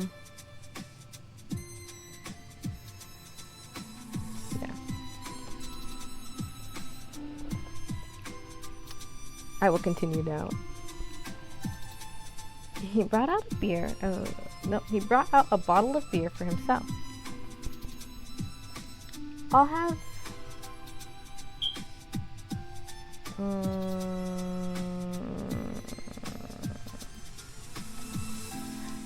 my knee-jerk reaction is to choose soda. I feel like water is a good choice always, but my knee-jerk reaction is to choose soda, but then I hesitate because I chose the bottom option last time. And I'm probably overthinking it. But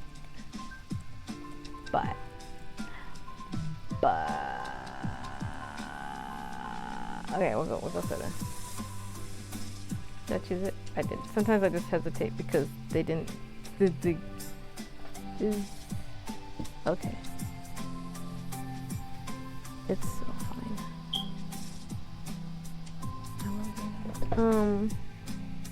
I didn't know you drank. Well, if I'm gonna be stuck with you for the next hour or so. And here I thought we were finally starting to tolerate each other.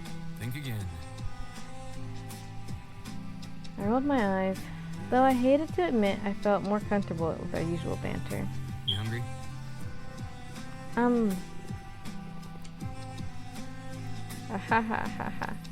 Did you hear that? That was the stomach sound.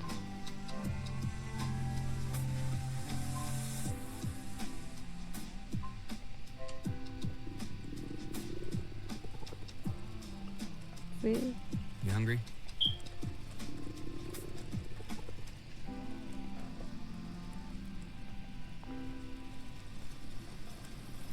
He turned to start dinner, but not without giving me a good glimpse of his smirk.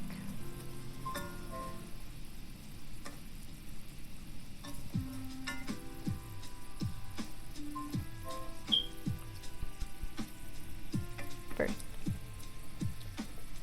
great timing, stomach. But whatever he was making did smell good. Man, I want food. I'm hungry. Well, I wouldn't say it out loud. I was grateful for the food. I'm joking around. I can go downstairs and eat what I want. Eventually, our meal was ready, and he served each of us a plate, including a side of his specialty, a eating grin. Sorry, I side rail a lot, but have you seen Playful Kiss? There's this scene where, okay, so in Playful Kiss, the premise is that, well, the first episode goes that the main character, Ohani, writes a love letter to her crush, and then he grades it. Because he's like top student. Like, the way their homerooms are broken up is based on your grades, and like she's like in the bottom class homeroom and he's in the top class homeroom, and he's like the top of the top class homeroom. Anyways, so he grades the letter, like he corrects it, and like she doesn't know that at first. Her and her friends like are like, oh, we don't know how he's reacting to the letter, and then her friends are like, okay, maybe he doesn't know who you are, and they shout her name in the cafeteria. Oh, ha, me. It's great. It's great. I'm telling you the whole first episode. But anyways, yeah, he gives her back a letter. It's graded. And then another time he's kind of mean to her, but she's like, you know what? You suck. And then they end up living together because their parents actually are old friends. That they weren't like super, like they didn't like hang out a lot currently, but they were old friends. And her house is destroyed in like a very minor earthquake that was like right under her house.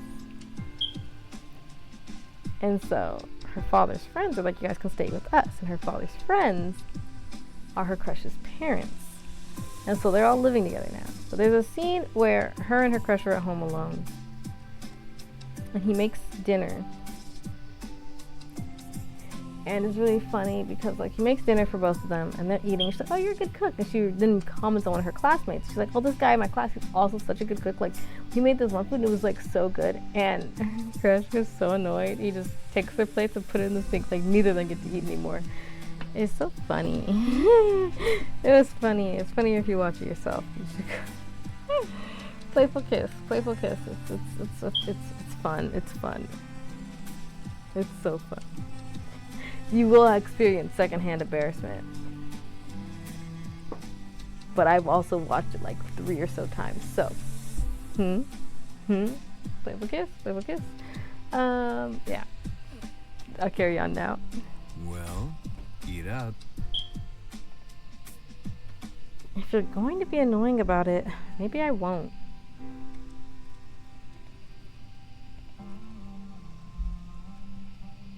He rolled his eyes, pushing my plate closer to me. I was kidding. Lighten up. Make sure you eat. If you get sick before the big presentation, I'm gonna hunt you down and bring you into the office, nose running and all. I scoffed but obliged as I dug in. He's actually a pretty good cook. We ate in uncomfortable silence until Van spoke again. Hey, that dream you said you had about me, Nightmare. what was it about? Why do you care? I don't know, I was just wondering. So you can torment me over it? No, that's not what I... Fuck. Why do you always have to make things so difficult? When have you ever given me a reason to make things easy for you? Just answer the question, damn.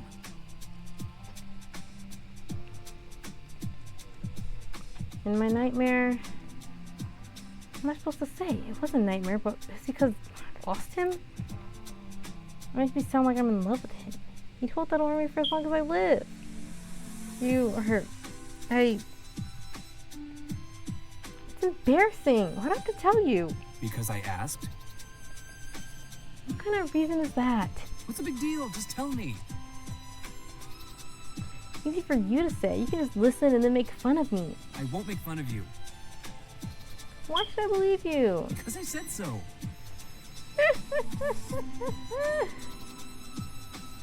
Yeah, right. Why do you want to know so bad? I don't have to explain myself to you. You do if you want to know what my nightmare was about. He clenched his jaw. When I refused to answer, he scoffed and rolled his eyes. I'll tell you. After you tell me about your nightmare. Promise? His interest was suspicious, too high to be due to his usual...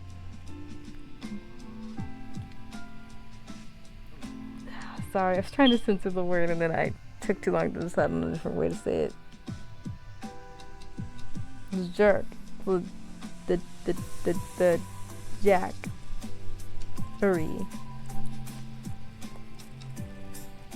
I decided to tell him out of pure curiosity. Fine. Alright. In my nightmare, I was in some old prison cell, like those musty stone ones from cheesy historical period films. I gotta watch more people playing Slay the Princess. Because that's, I don't know, that it's not a prison cell, but like, Slay the Princess. And you're being taken away from you by these guards. I don't know why. I kept trying to stop them, but it was useless. When I woke up, it was like the dream had actually happened. My chest hurt, like I felt like I'd lost someone important to me. I grew quiet, remembering the heartache, before realizing Van was still listening to my story. I mean, it was a lot scarier than I'm making it sound right now. Like, I got all scraped up from the stone, and there was a lot of clanging, and it was cold. You know what? Never mind. It sounds stupid now that I say it out loud. It's just bothering me all day since the dream felt so real. It was about you, of all people. So, there you have it. My cheeks burned at having to share such an embarrassingly intimate dream with him. And his silence was not helping. He's probably trying to decide which of his many annoying comebacks to make right now. Have you ever heard about the red string of fate?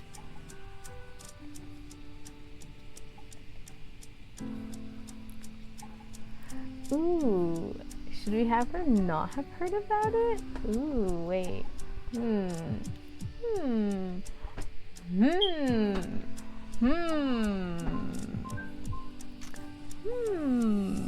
have 12 minutes.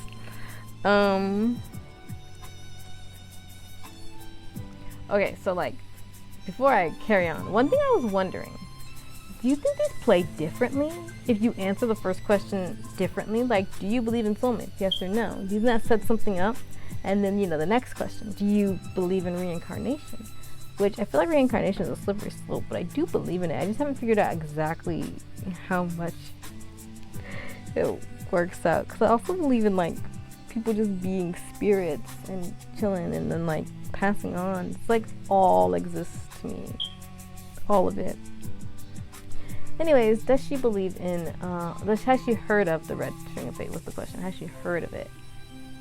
I have heard of it, so I might just click yes, but. Okay, going top option, bottom option. Are you sure?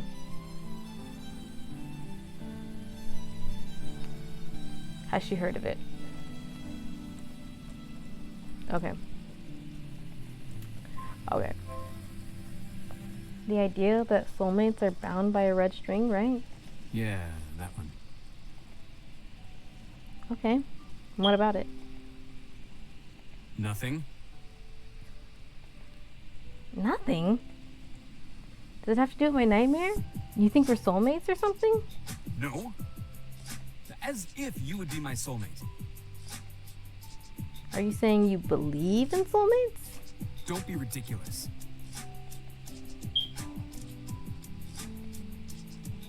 You're acting weird. Like weirder than usual. Are you drunk? Oh, please. Well, you still didn't tell me why you want to know about my nightmare. Is it connected to this red string thing, or... I don't want to tell you. What? I had to tell you about my nightmare? Did I get too loud there for a second? I get like really into character. You're gonna be an ass about it. No, I won't. Promise? Fine. That dream you had about me? Nightmare. Shut up. I saw something similar when you wrestled me today.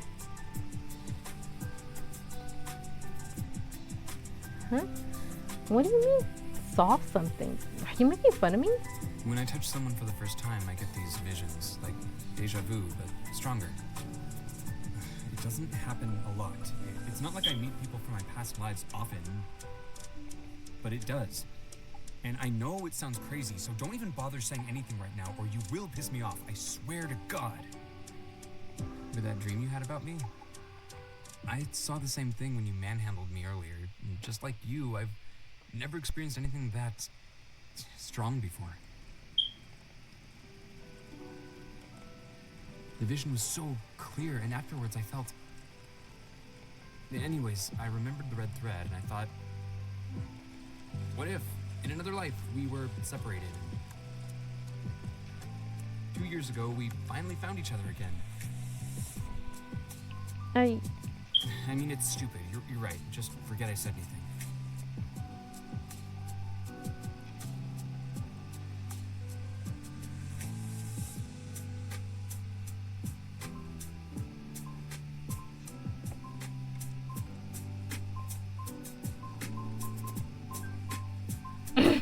They're all in the same scene. What? Okay. I didn't say it was stupid. So you think we're soulmates? I definitely didn't say that. Oh, I didn't read the options. Have I not been reading the options? I'm so sorry. Wait, so the first one, there was a drink option. It was beer, water, soda. We went with soda. Then later there was the option, do you believe in soul? Have you heard of the red string? And the options were yes and no. And then the options right now are, I didn't say it was stupid, and you know, you sound crazy, right? Were there any other selections that I missed out on reading? Not that I can recall. I mean, probably. But I read the one in the bookstore. Sorry. So you think we're soulmates? I definitely didn't say that. But I do think it's weird we both saw the same thing. Okay, let's just... hypothetically, if we rolled with this idea, just for a second. You're saying in a past life we were together, but we got separated for some reason? And after all these years, we found each other again because we're soulmates tied together by the red string of fate? That's why I had a dream? That's why I had that dream and you had that vision? When you say it like that, it sounds corny. And that's how you said it. You know, if you want me to be your soulmate, you're not selling it well. I don't want you to be my soulmate. I didn't even believe in them or think about them until now. Never mind. This was dumb. I shouldn't have even brought you up. We're probably just tired from work. And we spent so much goddamn time together. Now we're getting the same weird stress dream. Just forget it. I wanted to forget it. Oh, he didn't even know how badly I wanted to. But I couldn't. The dreams, this invisible connection to him, it pulled at me. What now? I have synesthesia. When I hear people's names, I get this physical sensation. Sometimes it's really subtle, like sinking into a pillow after a long day. Other times, it's a bit stronger. When you first told me your name, it felt like that short moment after you held someone's hand and you could still feel the warmth of their hand on your palm. Or like when someone's hand had been ripped from yours in a prison cell. Now you're making shit up. I'm not making it up. If you want to be my soulmate so bad, just ask me out like a normal person. You're the one who brought up the idea of soulmates first. Ben tapped his finger against the table, something he did whenever he was in deep thought.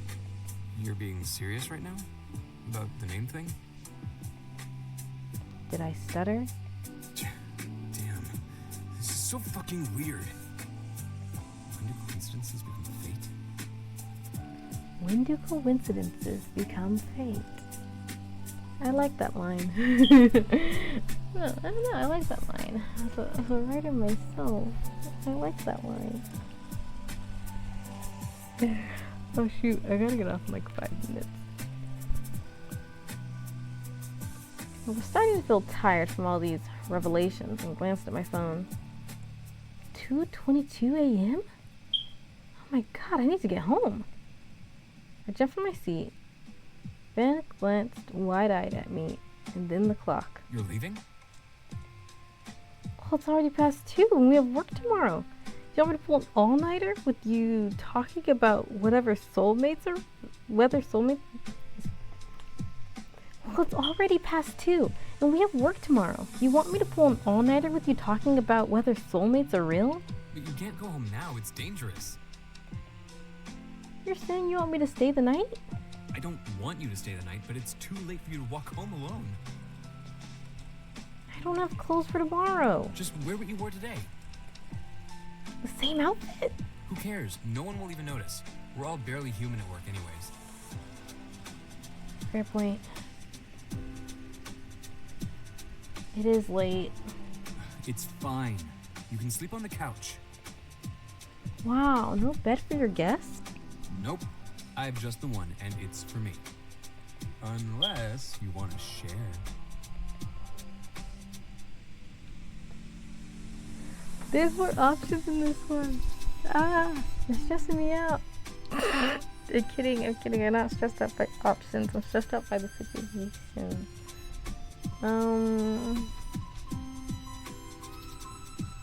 Once the question started, so we'll do this one.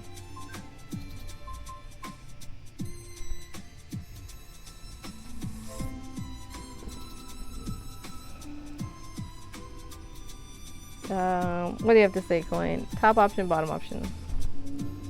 Actually, I should have reset my coin.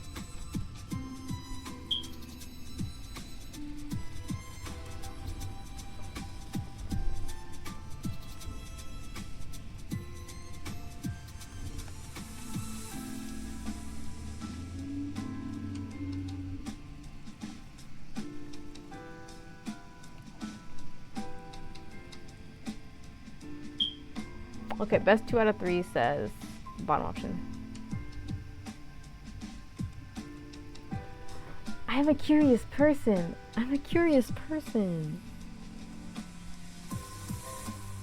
Hard pass. Just say please. I'll consider it for my soulmate.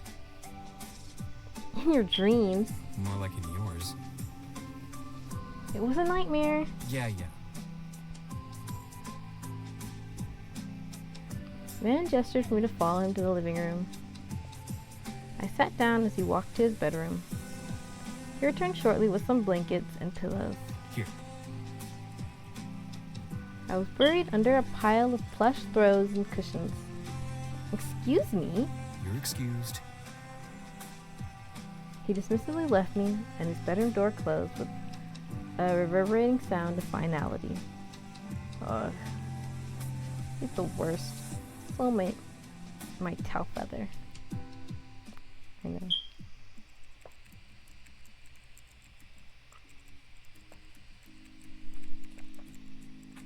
She still hasn't finished the appendix edits I told her about. I searched her calendar. I could already hear her yelling at me for it. Her schedule's packed again. Why did she take on so much? It's been a couple of days since the weird soulmate incident. We hadn't seen much of each other since. Soulmate. What was I thinking? I must have been drunk out of my mind to have said that out loud. But was it really so strange? After what I'd seen and we touched? I think they're coming for me soon. The prison guards were talking about it. Oh, we're getting more of the story. More to the story. That is more of the story from Shrek the Musical. I'm gonna start it over so that we can focus in.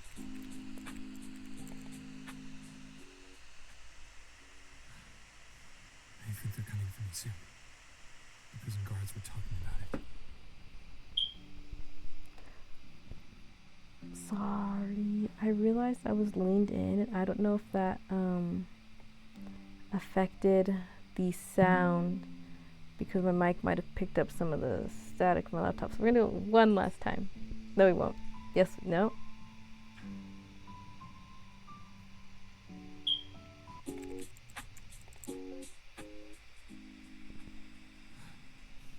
I think they're coming for me soon. The prison guards were talking about it.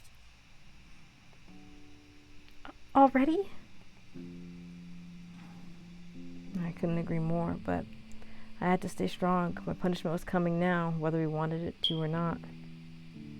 And I wanted to make this as painless as possible, for her sake.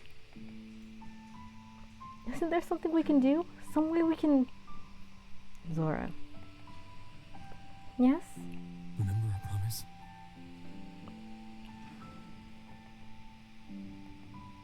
I do. I'll make it happen. No matter what. I swear it. Then find me in the next life. Always.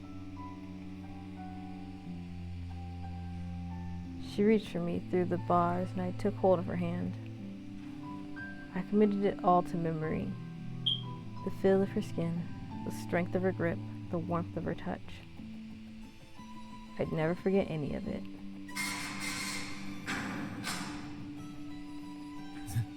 They're coming. But don't forget, okay? No matter what. Adrenaline coursed through my body. How was it possible to feel even more nervous? I'd never imagined it would be so difficult to keep it cool in my last moments. I thought I'd accepted this a long time ago. Maybe I had, before I met Zora.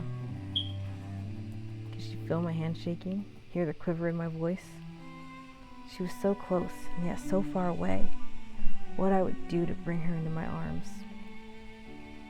There was no use for those kinds of thoughts. All of that was impossible.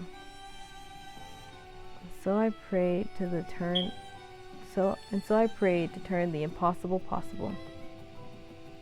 If there's anyone out there, let this be my one request. Let me find her again. Oh, did you see that? Wait, did you see that? The string, I thought it was breaking for a second. It flickered though. I thought it was like a tear, because like it was like a perfect timing for like they were separated, but I guess the string wouldn't tear because they're bound. Well, I'm gonna finish this, or at least try to, because I'm already over. I'm gonna finish the scene is what I mean. My one request. Is that really a past life we shared? There was no way. Every logical bone in my body rejected the possibility. Then why couldn't I stop thinking about her? Still, to call her my soulmate out loud like that. My face heated up from the memory. Now Zora has me blushing. Unbelievable.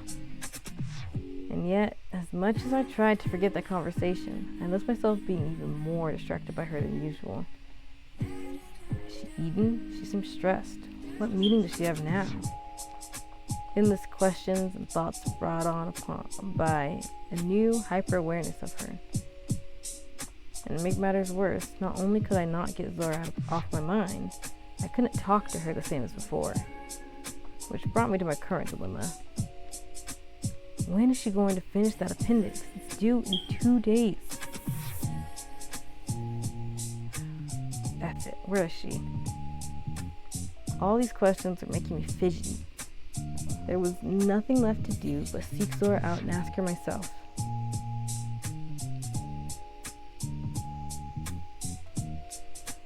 It had been a couple of days since our soulmate talk. But since then, Van and I had interacted very little with each other. The main reason being all these small projects I had to manage. A mountain of emails here, piles of documents there, endless meetings somewhere else. I had no time to myself. I'm going to lose my mind. What made it even more stressful was the proposal deadline coming up, and I still hadn't made the progress I needed to on the documents. Things just keep happening. There's always some fire I need to douse. It was like I could feel Van glaring at my back. Zora. Here it comes. I got up and opened my office door before hurrying back to my desk. I already know what you're going to say. I'm going to work on it today. Van hesitated before stepping into my office.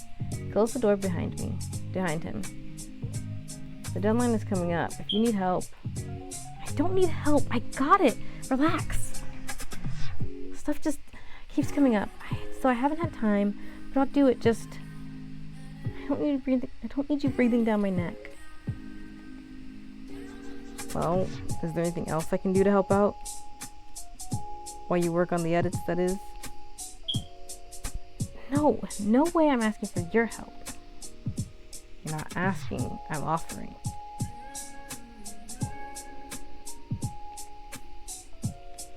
It doesn't have to be big, but however long you were going to spend working on other stuff, focus on the proposal instead. I'll take care of whatever you would have worked on. Why? So you can hold it over me? No thanks. So I can stop waiting on you and put my final edits in before the deadline. Fine, whatever. Come here. Van leaned over me, and the new proximity reminded me again of that addicting scent of pine. I pointed him to the different emails I needed to respond to. And make sure to follow up with the team on whether those forms got approved. Jeez, not many people hire secretaries for this much work, you know. Now you know I've been taking a while. Didn't respond, simply pulling up an extra chair, and starting. I turned my attention to my own stack of documents. Let's see, one of the changes we needed to implement in Appendix C was in Appendix C. I tapped my pen against the table, mentally reviewing the last edits for our presentation. And then there's Table 5A. Just emailed about the new meeting time. His help was meant to give me some breathing room. All I could do was think about how much I needed his help, on how much I was drowning.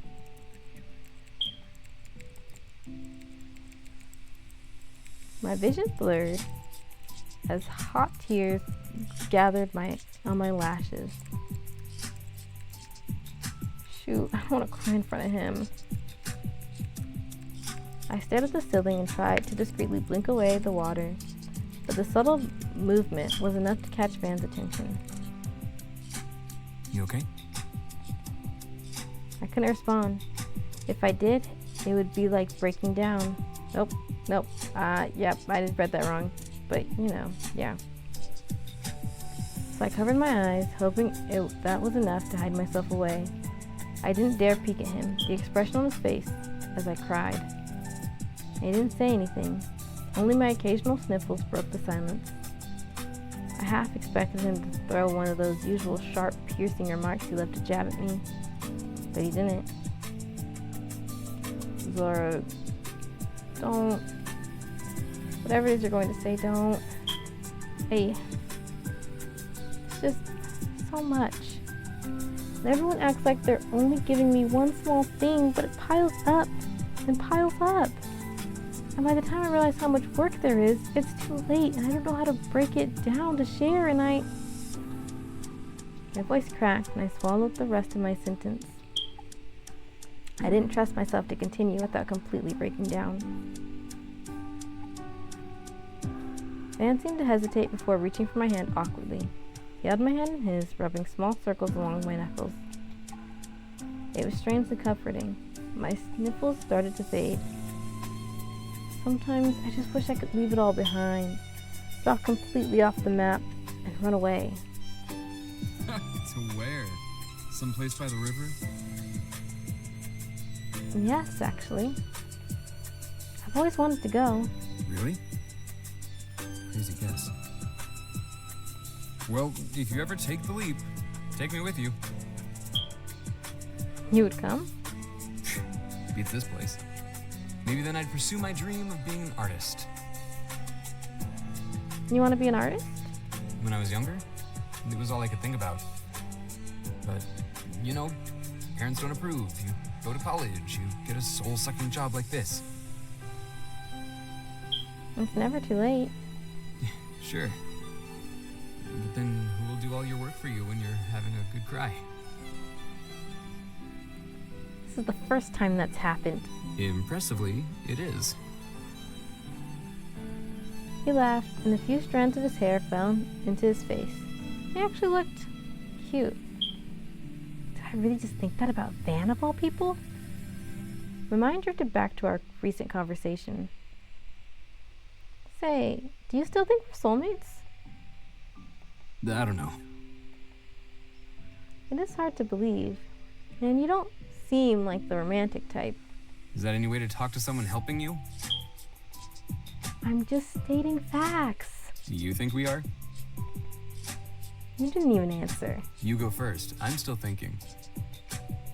Why? Are you going to steal my answer? Oh, please. When have I ever done that? That's true. If there's one thing you can do, it's think for yourself. Wow, that a compliment? Don't let it get to your head. Too late. I shook my head, trying to hide the smile on my lips. Anyways, I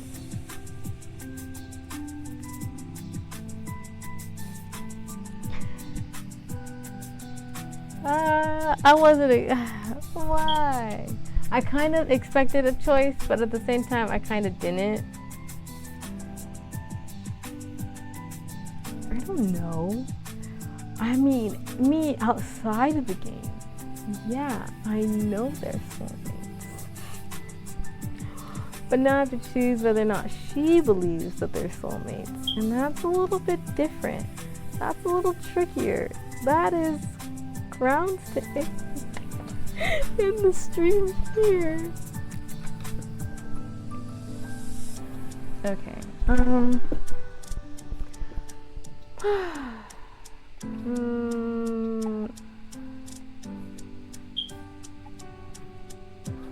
My coin says top option.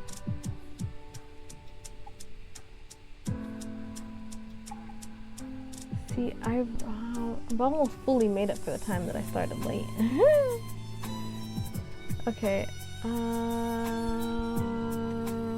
But it's like a little embarrassing. It's like embarrassing to say. It's like it's like if I was in this situation, I'd be like, okay, here's what we'll do. We'll write it down on paper. We'll fold the paper up. We'll hand each other the pieces of paper. We'll read the pieces of paper after work when we're not looking at each other. That's how maybe I would set up this setup. But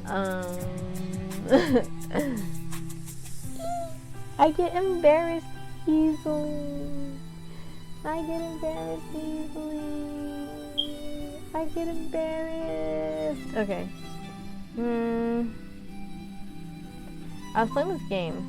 I know, like, I shouldn't talk because I was thinking about how, I was thinking about, like, when you have options like this, you always want to, like, revisit the game, right? Because you're like, well, how would the conversation go differently if I had set the other option? Now there's, like, a whole list of options. It's, like, just, like, these slightly changes things, probably. But it's, like, so how would it go differently based on that? And I remember this game I was playing earlier, which Hugh may or may not have heard of this game. It was called Piku Niku. My friend bought it for me. I've been playing it a little bit. But there's conversations you can have. You can also re-have them sometimes. So like you run a villager. The villager asks you a question. There's two ways you can respond. And then you can respond, get their response, and then have the conversation over. And I appreciate that as a curious person who wants to know what every answer is.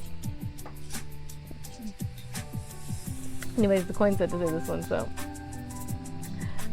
I'm going to blame the embarrassment on the coin, and hopefully that helps me a little bit. I gotta hurry up though.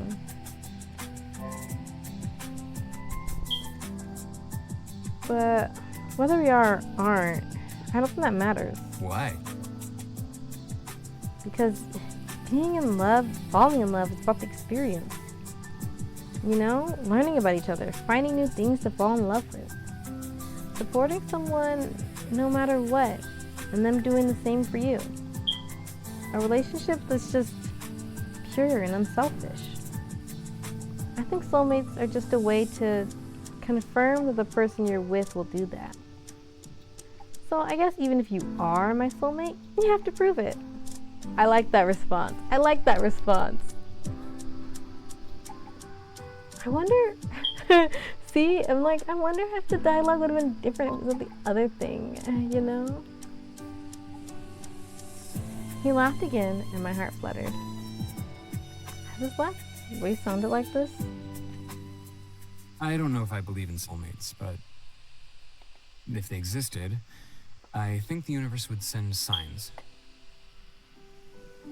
Signs like the ones they already sent to us. So maybe we're soulmates. Maybe we're not. I don't know, but...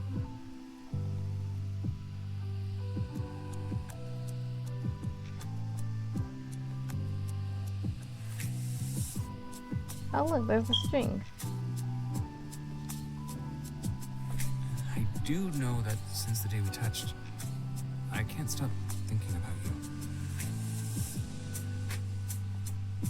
At first I was just curious, and are you my soulmate, are you not? But it didn't take long for that to change. Soon you were always on my mind. Are you in your office? How are you doing? Fuck, this is embarrassing. He wasn't the only one that felt that way. The back of my neck, the tips of my ears felt hot. You've been thinking about me? And not in a bad way? As much as I want to deny it, yes. Normally I would have retorted with something sharp, but as much as I want to deny it, his confession flustered me in a good way. What happened? Just a couple days ago we were at each other's throats. So then, what good things have you been thinking about me? Shut up. I give you a whole speech and you still want more? You always greedy with the people you like? What? I didn't say I like you. Sure, I'm laying my heart out, holding your hand, and you haven't moved a muscle. What is that then? Maybe I'm just not mean like you to people when they're vulnerable. Like I'll believe that after working with you for this long. I'm not mean. Sure. He smirked, absent-mindedly bringing the back of my hand to rest against his cheek. The think this all happened because of a thunderstorm. And if we were together in a past life, do you think this is our first time meeting since then? I wouldn't know. If we have met, I don't remember. Holding my hand isn't jarring any memories. What? No, I don't know. That's not how my thing works.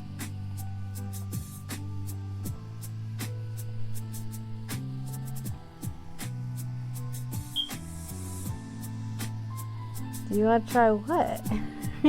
When the options are sitting there, do you want to...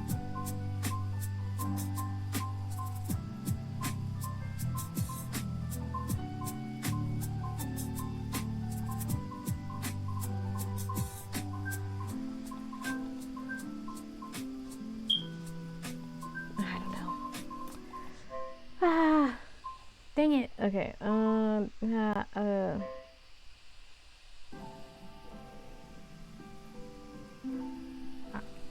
I had to know what it meant. I leaned closer to him, and the unfamiliar pink hue on his cheeks deepened. What? No scathing remarks? No witty retorts? No side comments?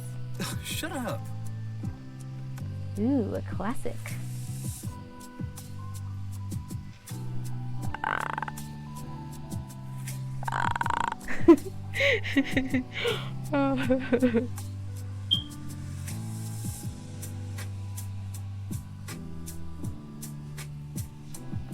By now, my lips were only a breath from his. Each inhale Van took brought us torturously closer together. You know, it crossed my mind, but I was like, nah.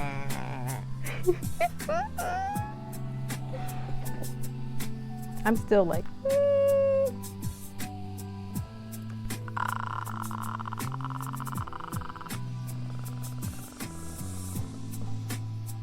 Now I'm curious what would have happened if I said just kidding. I am the coward. We're gonna,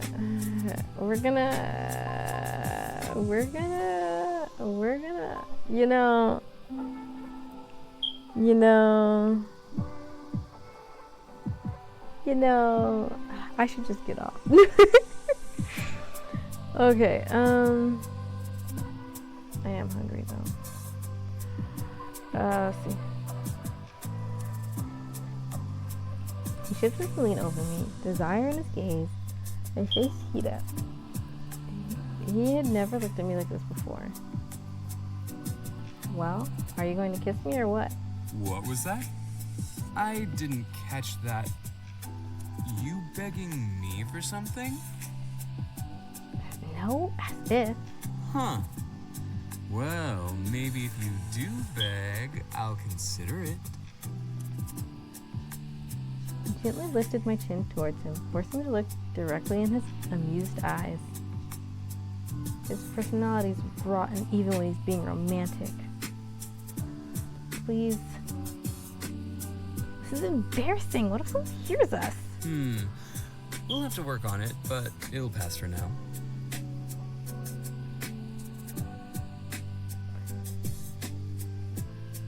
His mouth met mine in a deep kiss. His intoxicating smell of pine surrounded me again. I parted for a second, each of us using the opportunity to catch our breath, and he murmured, Holy shit. You suck at kissing. What? Then don't kiss me. He cut my words off with his lips on mine and placed his hand at the base of my neck, pulling me even closer to him. For someone who says I suck, he sure can't seem to stop kissing me. I pulled away from him, ready to retort. Don't. He easily shut me up with another kiss before leaning back. You're going to say something annoying, right? You always make that face before you do. He flashed me with the same smirk he always wore when he wanted to make my life harder. But this time, I didn't find myself annoyed by it. Van stared at me for a moment longer before returning his attention to my computer. Well, hate to cut the party short, but if you don't finish your changes by the end of the day, it's my ass on the line too. So, chop chop. Fine. Don't sound so disappointed. If you do well, I'll reward you later.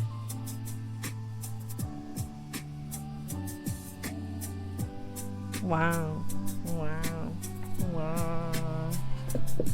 I should have clicked. Haha, just kidding. Because now I'm curious. Okay. Okay. He went toward me, planting a quick peck on my cheek before pulling away. And that grin was back, and I pushed him. Shut up.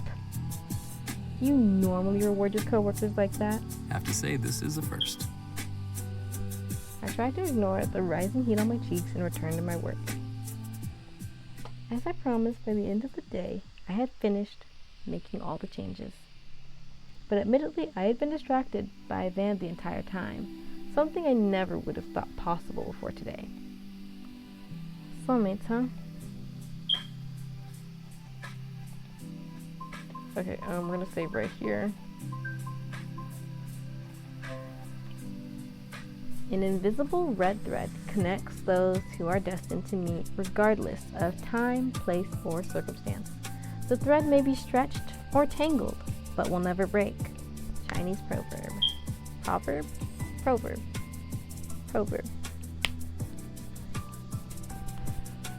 Okay, well, it seems like a good place to... Well, if it works like the other one, it's probably gonna go to the title screen again anyway. Right? Would you ever want to get married?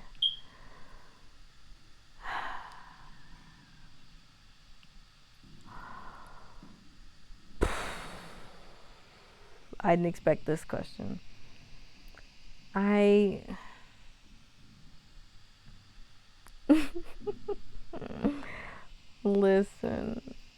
Listen. I am what I like to believe, a hopeless romantic. However, no, don't do the romantic to me. If that makes sense. I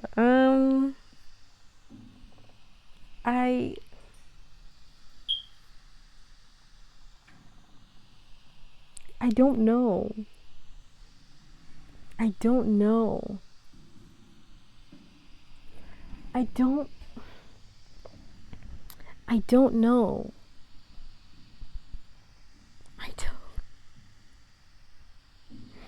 I don't know. Would you ever want to get married? I don't know. Maybe. No. Not particularly. Kinda. Somewhat. Curious enough. But maybe not. Temporarily. I don't know. Do you ever want to get married? I mean, I guess if I think long and hard about it, was I ever, okay, because like, you know, sometimes you have like a couple, like, not quite fantasies, but like, you know, like you like envision something happening, and I'm like, were those married? Were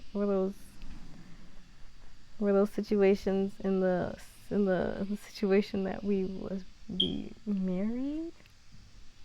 Me being married, were those that? I don't know.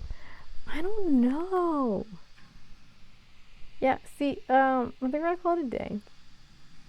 And whether I finish this on stream or not is up in the air. Yep. Apologies. Because I'm still self-conscious, and I feel like this is a great way to be like, we should go play this game. I guess that's the fun part of playing demos, is that I'm kind of like advertising a game. And like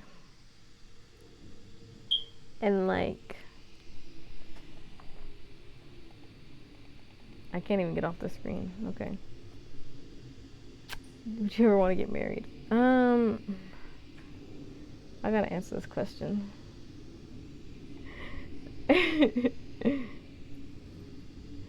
Oh, okay.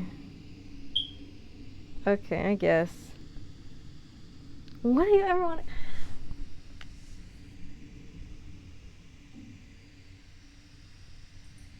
Think about my characters. Let me think about my characters.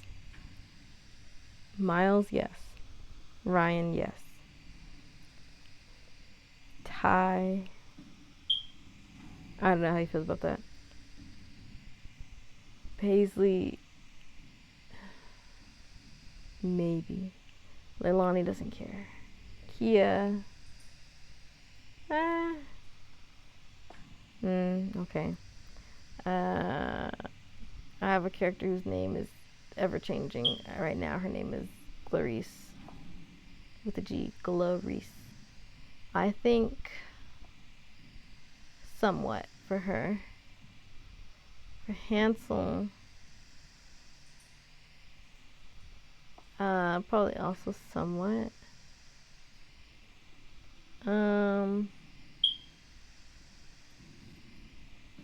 For Win, it's not a no. It's just not on her mind. Oh goodness. Okay. Would you ever want to get married?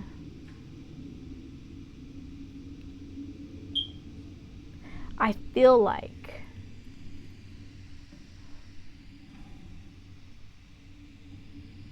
my answer is probably no because of how long I'm taking to answer this. But my coin flip did say I should say yes. I mean, I think that's the question I asked it. Let me ask another question, because if tells is yes, but tells is also the bottom option, option 2, whatever the second thing is. Okay, so let me just type it in. Flip a coin.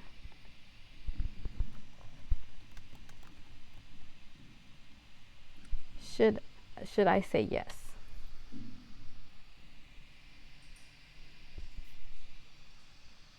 I'm gonna do it one more time.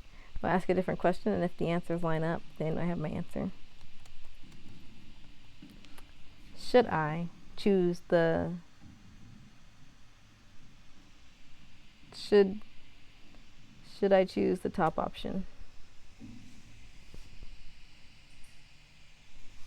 Okay, wow. Actually the coin says I should say no. So I feel like a jerk. Not a jerk. I don't know what to say. I don't know how to word it out. Like, it just feels like if I do something like this,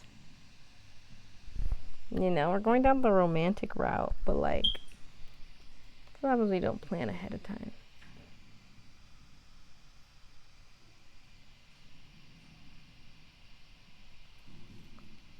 I gotta get off, and I can't answer this question to make sure that it's saved.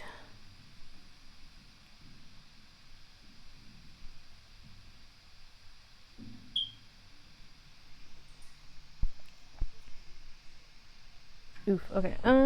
Okay. One last time. I'm gonna use a different coin. I'm gonna use a different Google tab, and I'm gonna go flip a coin. Which option should I choose?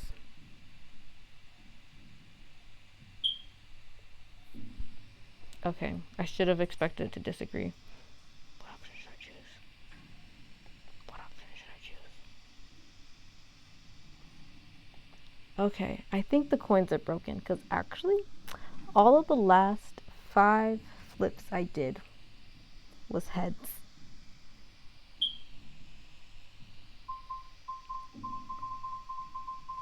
So I'm gonna roll a dice instead. I know, I'm getting off and I'm sitting here like I don't know what I'm doing. Okay, we're gonna look up a roll a dice website. Roll a dice. If it's even, I'll choose no. If it's odd, I'll do.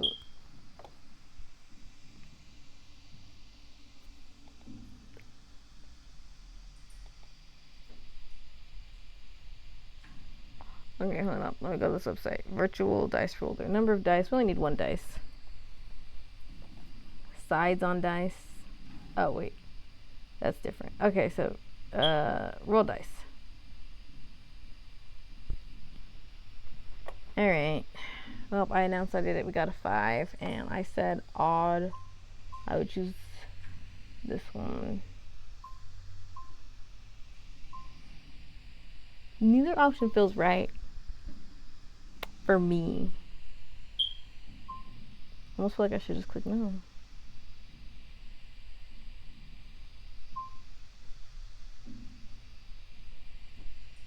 I don't know. Would you ever want to get married? I don't know what part this question has on the story, how it affects it. Okay, because when I googled it, technically it was even first. So we're gonna do what we're gonna do. Actually, we're gonna do 2 dice. We're gonna do 3 dice, and whichever one has the more option. I know I keep going back and forth. That's how you know neither option's right for me. Because when it says no, I'm like Then it says yes, I'm like I'm stalling. I'm wasting time. Okay, the dice rolled a 6, a 1, and a 6. So that means even. And I said this how I did. We're gonna say.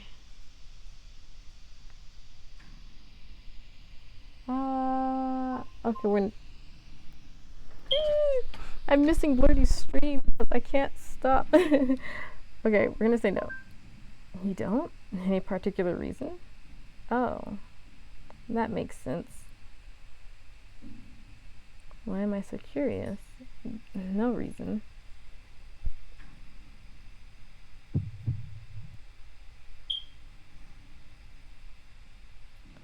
Will you follow the string into the next life?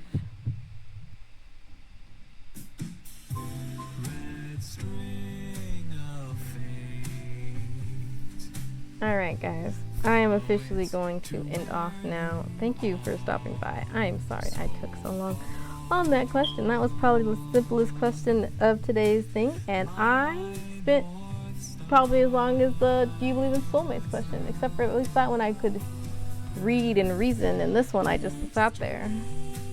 I sat there. I don't know. But this is fun. This is a fun game. Whether or not I play it again on stream is up in the air. I know I didn't finish it, and technically Friday is my finish day, but Friday is my demo day actually now. I've got demos lined up, and I lined them up like a couple of days ago. I'm like, yes, I got all these demos. But this game, I'm going to finish it. Whether I finish it on here is a different question, because the thing is, I want people to go buy it. I don't know. When I see indie creators and I really like their thing, I'm like, more people should go buy it. Like how you all should go buy DLCs for Hard Life. But that's a separate thing. Okay. Yeah. Anyways, that was that. The game was fun. I enjoyed it. I hope you enjoyed it as well. Before I go, I know I said I was gonna go. See, there's one more. There's one more. There's one more. And I wonder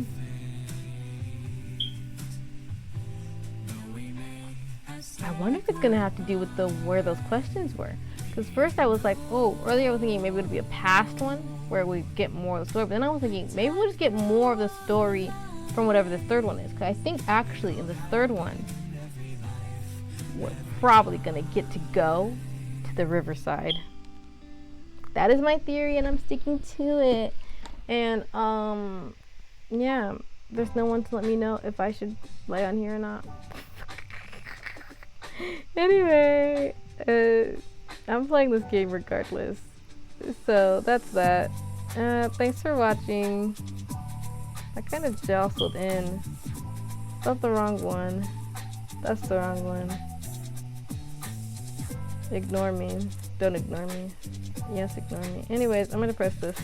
See if flickered in. Not flickered. What is it called? However, but there we go.